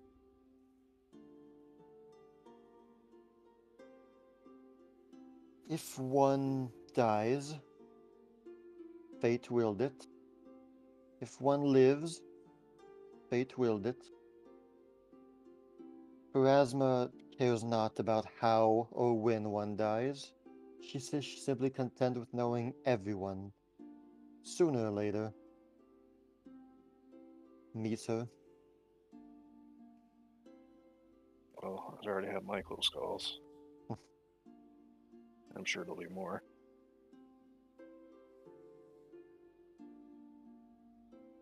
Feel you all worry too much about trying to push back the inevitable and prevent death when we only die when our time is here. Most of us, anyway. Seems you and I are one of a kind.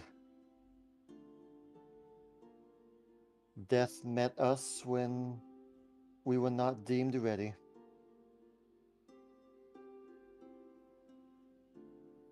I just hope that if it does come, it's for the right reasons.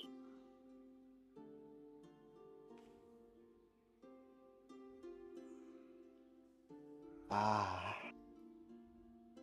And that's the thing about fate. She places both hands on your shoulders behind you. That's not for us to decide, is it? Maybe. Maybe not. And it depends. All I know how to do is do what I can in the given moment. And that's all I can expect from myself. At this point, Yep. Elise, the first mate, will barge in, and in a nervous tone, says, "Captain, we have a singer." And you can see the captain's eyes light up a bit. Ah, What does she mean by singer? good. What we've been waiting for. And she'll just leave the room, not caring about you suddenly anymore. Leaves you there, whatever. She just follows Elise out. Kind of a sigh of relief, and that, you know, she suddenly turned her attention to something else. And I guess I'll follow up to see what she's talking about. All right. You will see that they both went near the wheel, and Elise will be. Well, you all notice that she now left the room and is following the captain to the wheel near the helm, and you notice Elise is pointing outward and handing her a spyglass. The captain will take it and zoom in, and you see a smile. Perfect. It's about time. She will then go near the railing and begin to shout out some orders that we are changing course. We are following, well, like she's shouting out to turn the ship so many degrees, 28 degrees, and to unfurl the mast and the sails, and we go fast, basically. And so you all, while you are all there, you get your orders, and you're all expected to hop to it immediately to make sure the ship rolls smoothly. And the sails are full billowed. Now, with the wind behind you, the ship begins to pick up speed and begins to turn the 28 degrees and lurches forward, essentially. And Selena will turn to Elise, tell her, "Are you ready?" She nods. "Always am, Captain." Perfect. Give it a few minutes and we'll be close enough for you to do the test. She nods.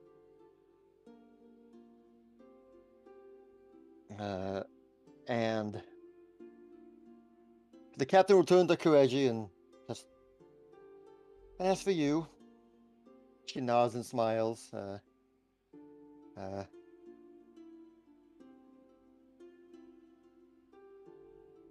Keep it up. Don't give up.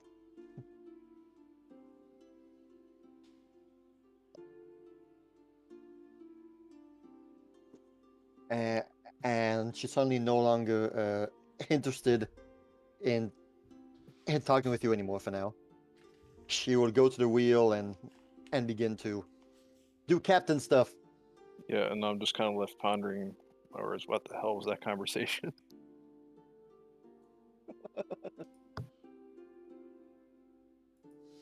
Kind of like a hint of having the heebie-jeebies somewhat, but also like some introspection was given. Just a weird feeling. She's at the wheel. She looks at you. "Well, you have your orders. Go." I run off. You go back to meet your friends.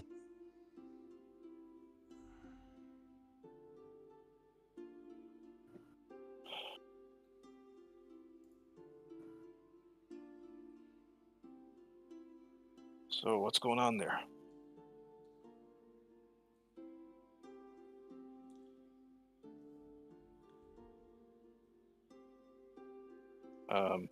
Does anyone hear me? Yep. Hello? Hello. We're all out doing all the ship stuff, right? Yeah, so Well, Kireji joins you guys now. Yeah. Oh, we're just hoisting the sails, moving the barrels, getting the ship ready for new course. I'm fixing stuff.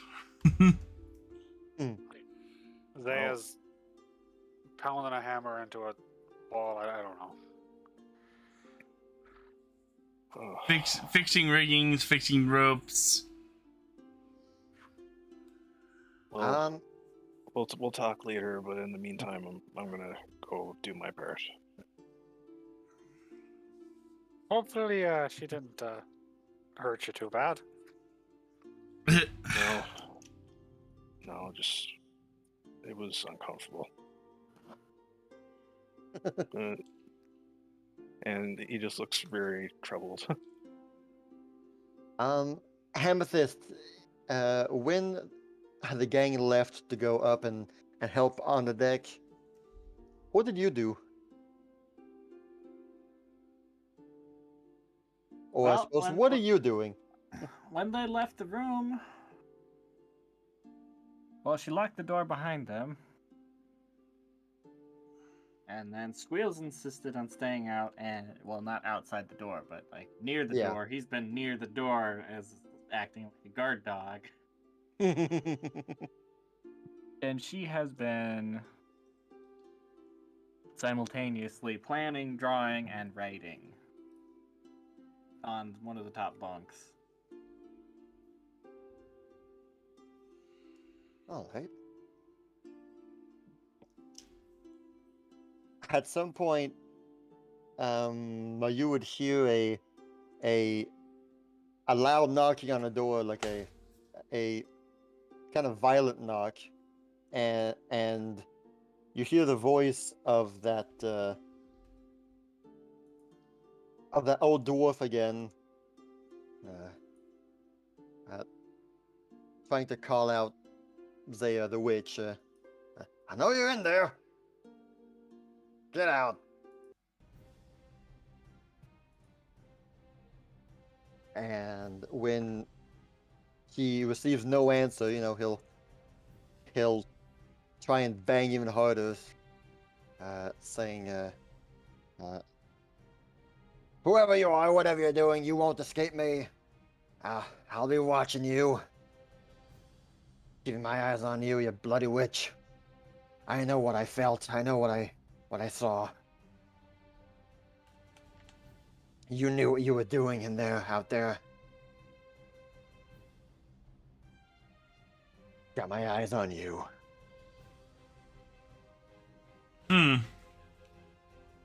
And after that, you'll just hear silence as the footsteps leave. Well, I'll be right back, dang it. Oops. All right. You saw nothing, Gamer Dan.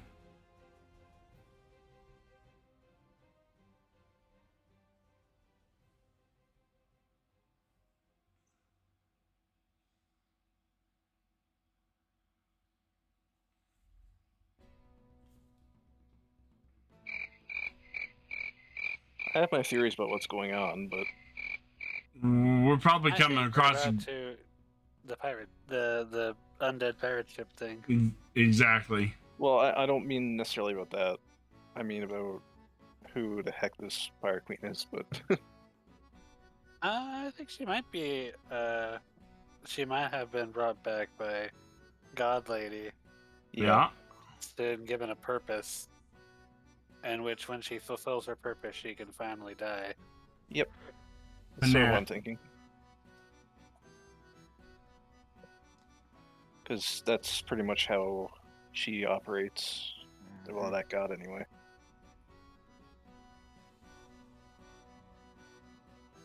It sounds very familiar. I can't put my finger on where I've heard that idea before. Like, you can't die until you fulfill your purpose or something. A revenant Maybe. with sentience. I feel like I've seen something about a recent story or show or game or something. I have a feeling I have the same feeling as you. I mean, there is a game or story out there that reminds me of. There's one called Chakan, the swordsman. That was a show, but it was also a game for the Sega Genesis. And what happened was he fought death in a sword fight and won, and so he gained immortality, but it was actually a curse because his body just ended up looking like a revenant, kind of decayed, and so he had to do death's bidding in order to be free of it. So kind of a more sinister take on that, but because I have death not doesn't seen like that. to be That's beat. interesting. Yeah, the game is also absurdly difficult. I never played it much, but Actually, you know what? Dark Souls is the That's whole just point of the whole point of Dark Souls is that everybody the curse of the undead.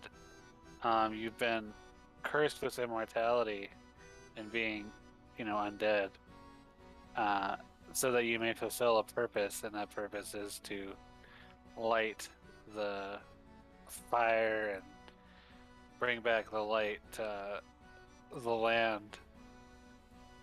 It's really difficult, obviously, because it starts. It's a really difficult task, but that's why everybody's undead. And then, the curse goes away when somebody actually fulfills the purpose. So, yeah, that's pretty similar. That's probably what I'm thinking of. I'm playing Dark Souls lately, too, so that's why That would I've make noticed. sense.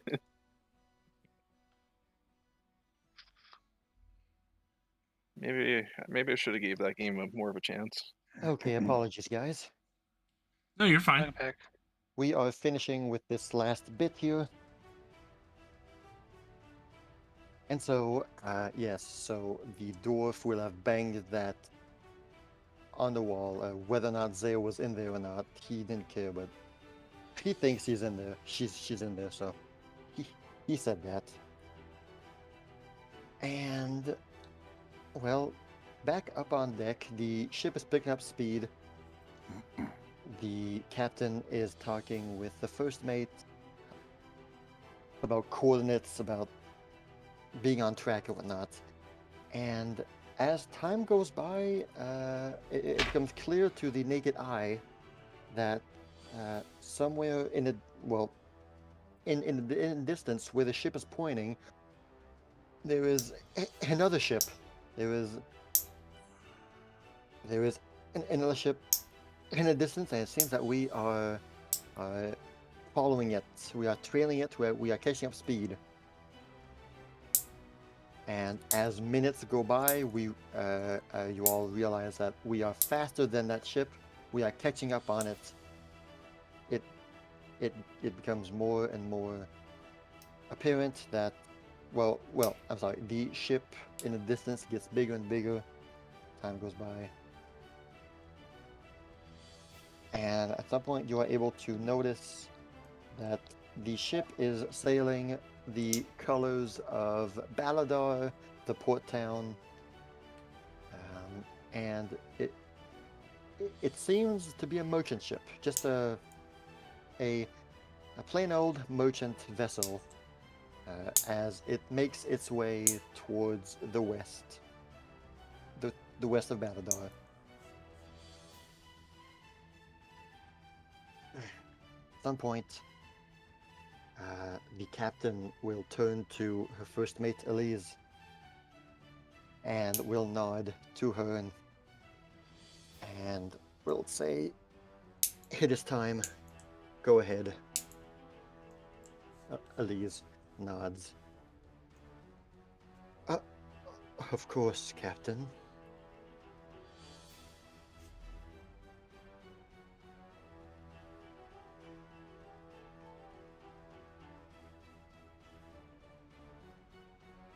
See here. She would then. So you all are just scurrying around the ship here in the middle. As what if we are on the undead ship? She slowly is walking and is making her way towards the opposite side of the ship. She's carrying on her back a longbow. And in her hand is one single arrow. Let's see, 0. Emma, make a. You have a Arcana or a occultism check, do you? I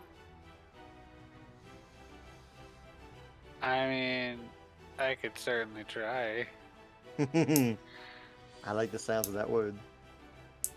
Let's see. Let's try occultism. Well, there you go. I You wish I had could- that. You certainly tried. Awesome. Well, in a unknown burst of knowledge that you didn't know you had, The arrow she's carrying is very unique and very different from any other standard arrow. The tip is not a normal arrow tip, and e- emanating from this arrow seems to be some kind of fire, some kind of fire spell, but not just an ordinary fire spell. It seems to be a special kind of fire that emanates from this particular arrow. As you see her stride towards the other end of the ship.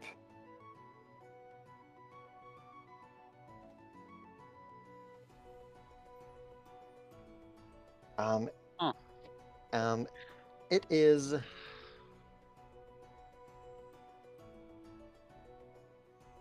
Yeah, that is, I believe, what you would know of that.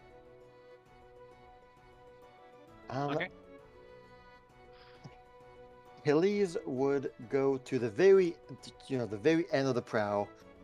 Will begin tiptoeing on the on the wooden plank that shoots out, and she will have her hands extended in front of her on her sides.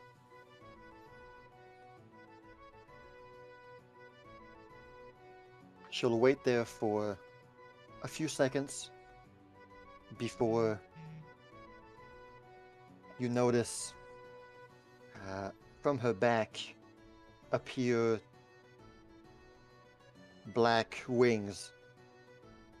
Black wings just emerge from her back, and she crouches and jumps essentially. What way do the wings look like? Are they kind of like a Bird-like. fiendish wing? Bird-like, okay. Bird-like, yeah.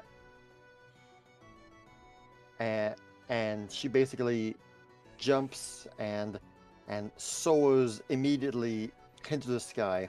Well, not the sky, into the air. And with that initial jump, she'll then like dive down and before hitting the water, she'll just begin to fly forward much faster than the ship itself. And seems to be making a course towards the other merchant ship.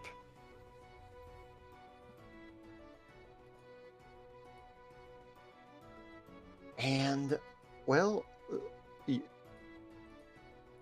you guys continue with your duties, or what are you doing right now? Well, now I'm just kind of wondering what's going on. I I think Emma would be a little distracted by the lady that just jumped off the ship and started flying. Yeah. She would probably kind of go to the front of the ship and like watch what's happening. Sounds good. Hold on to me, because Zaya's working on stuff. What What is is? just like? Did you see that? That's awesome. Would Zaya see this since she's working on Yeah, you stuff? would. Yeah, you would. She gets up and walks towards the captain. Why are we following this merchant ship?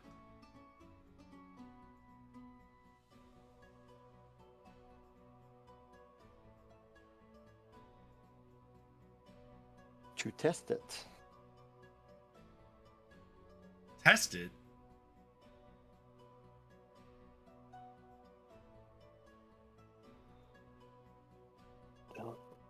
What?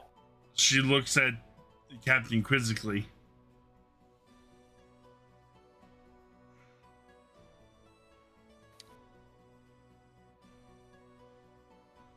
She kind of just rolls her eyes and sighs. The penumbria is hidden to all and likes to masquerade itself to avoid detection. So what will happen if that's not what you're looking for?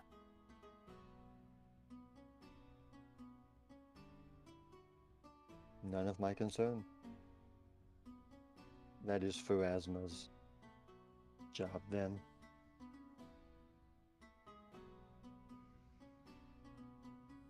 Boy. You all can observe the test over there, if you will. Nobody better get hurt.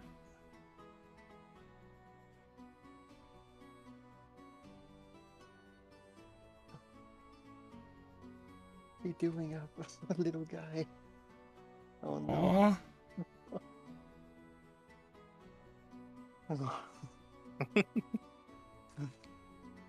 night, little guy. You're supposed to be sleeping. Supposed to be sleeping, little guy.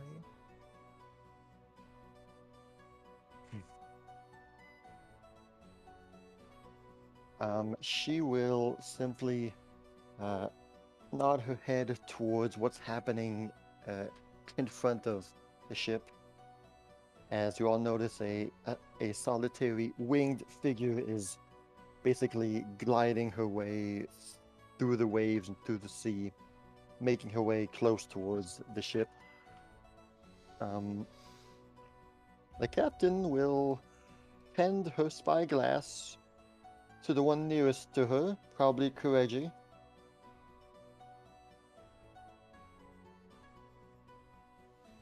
Hmm. Do you take it? I just kind of look at her like, listen, I know that this is important to you, but if those are innocent people on there, and I know it's not your concern, it is a concern for us. We don't want to kill them if they have no reason to die like that. Neither do we. Neither do I. I certainly do not. I do not wish death on anything other than undead. If they are innocent, I truly wish for them to live. For as long as they are allowed. She will not. Don't worry, we are not actively hunting men and women down. In fact, it's better explained if you see it. She nods to the spyglass again. I just kind of cast an uneasy look at my friends, and then just, I guess I use it. All right, so you see the right, so you're able to focus the spyglass and see Elise. She has now reached the back of the ship, and she's like hovering behind it, basically. At the back of the ship, and well, what you then see is Elise will take that arrow of hers and put it in her bow, and when she does so, you notice that the arrow begins to glow a blue flame on the tip, a magical blue flame, and Elise simply aims it at the back of the ship. Oh, 1 second. Well. I can't stay, I'm afraid. Bad timing. But, You're fine. She will shoot the back of the ship. That's what I'm trying to say, I'm sorry. We might have to call it now, because I don't think I'm coming back. No, you're fine. Thank you for the I have games. to go to. It happens. All right, guys, please go check out Snowy Things Games and Zero the Hammer Slayer, who runs Dungeons, Dragons, and Driving. Take it easy, guys. We'll see you guys later. Bye. Take care. Have a good night, everybody.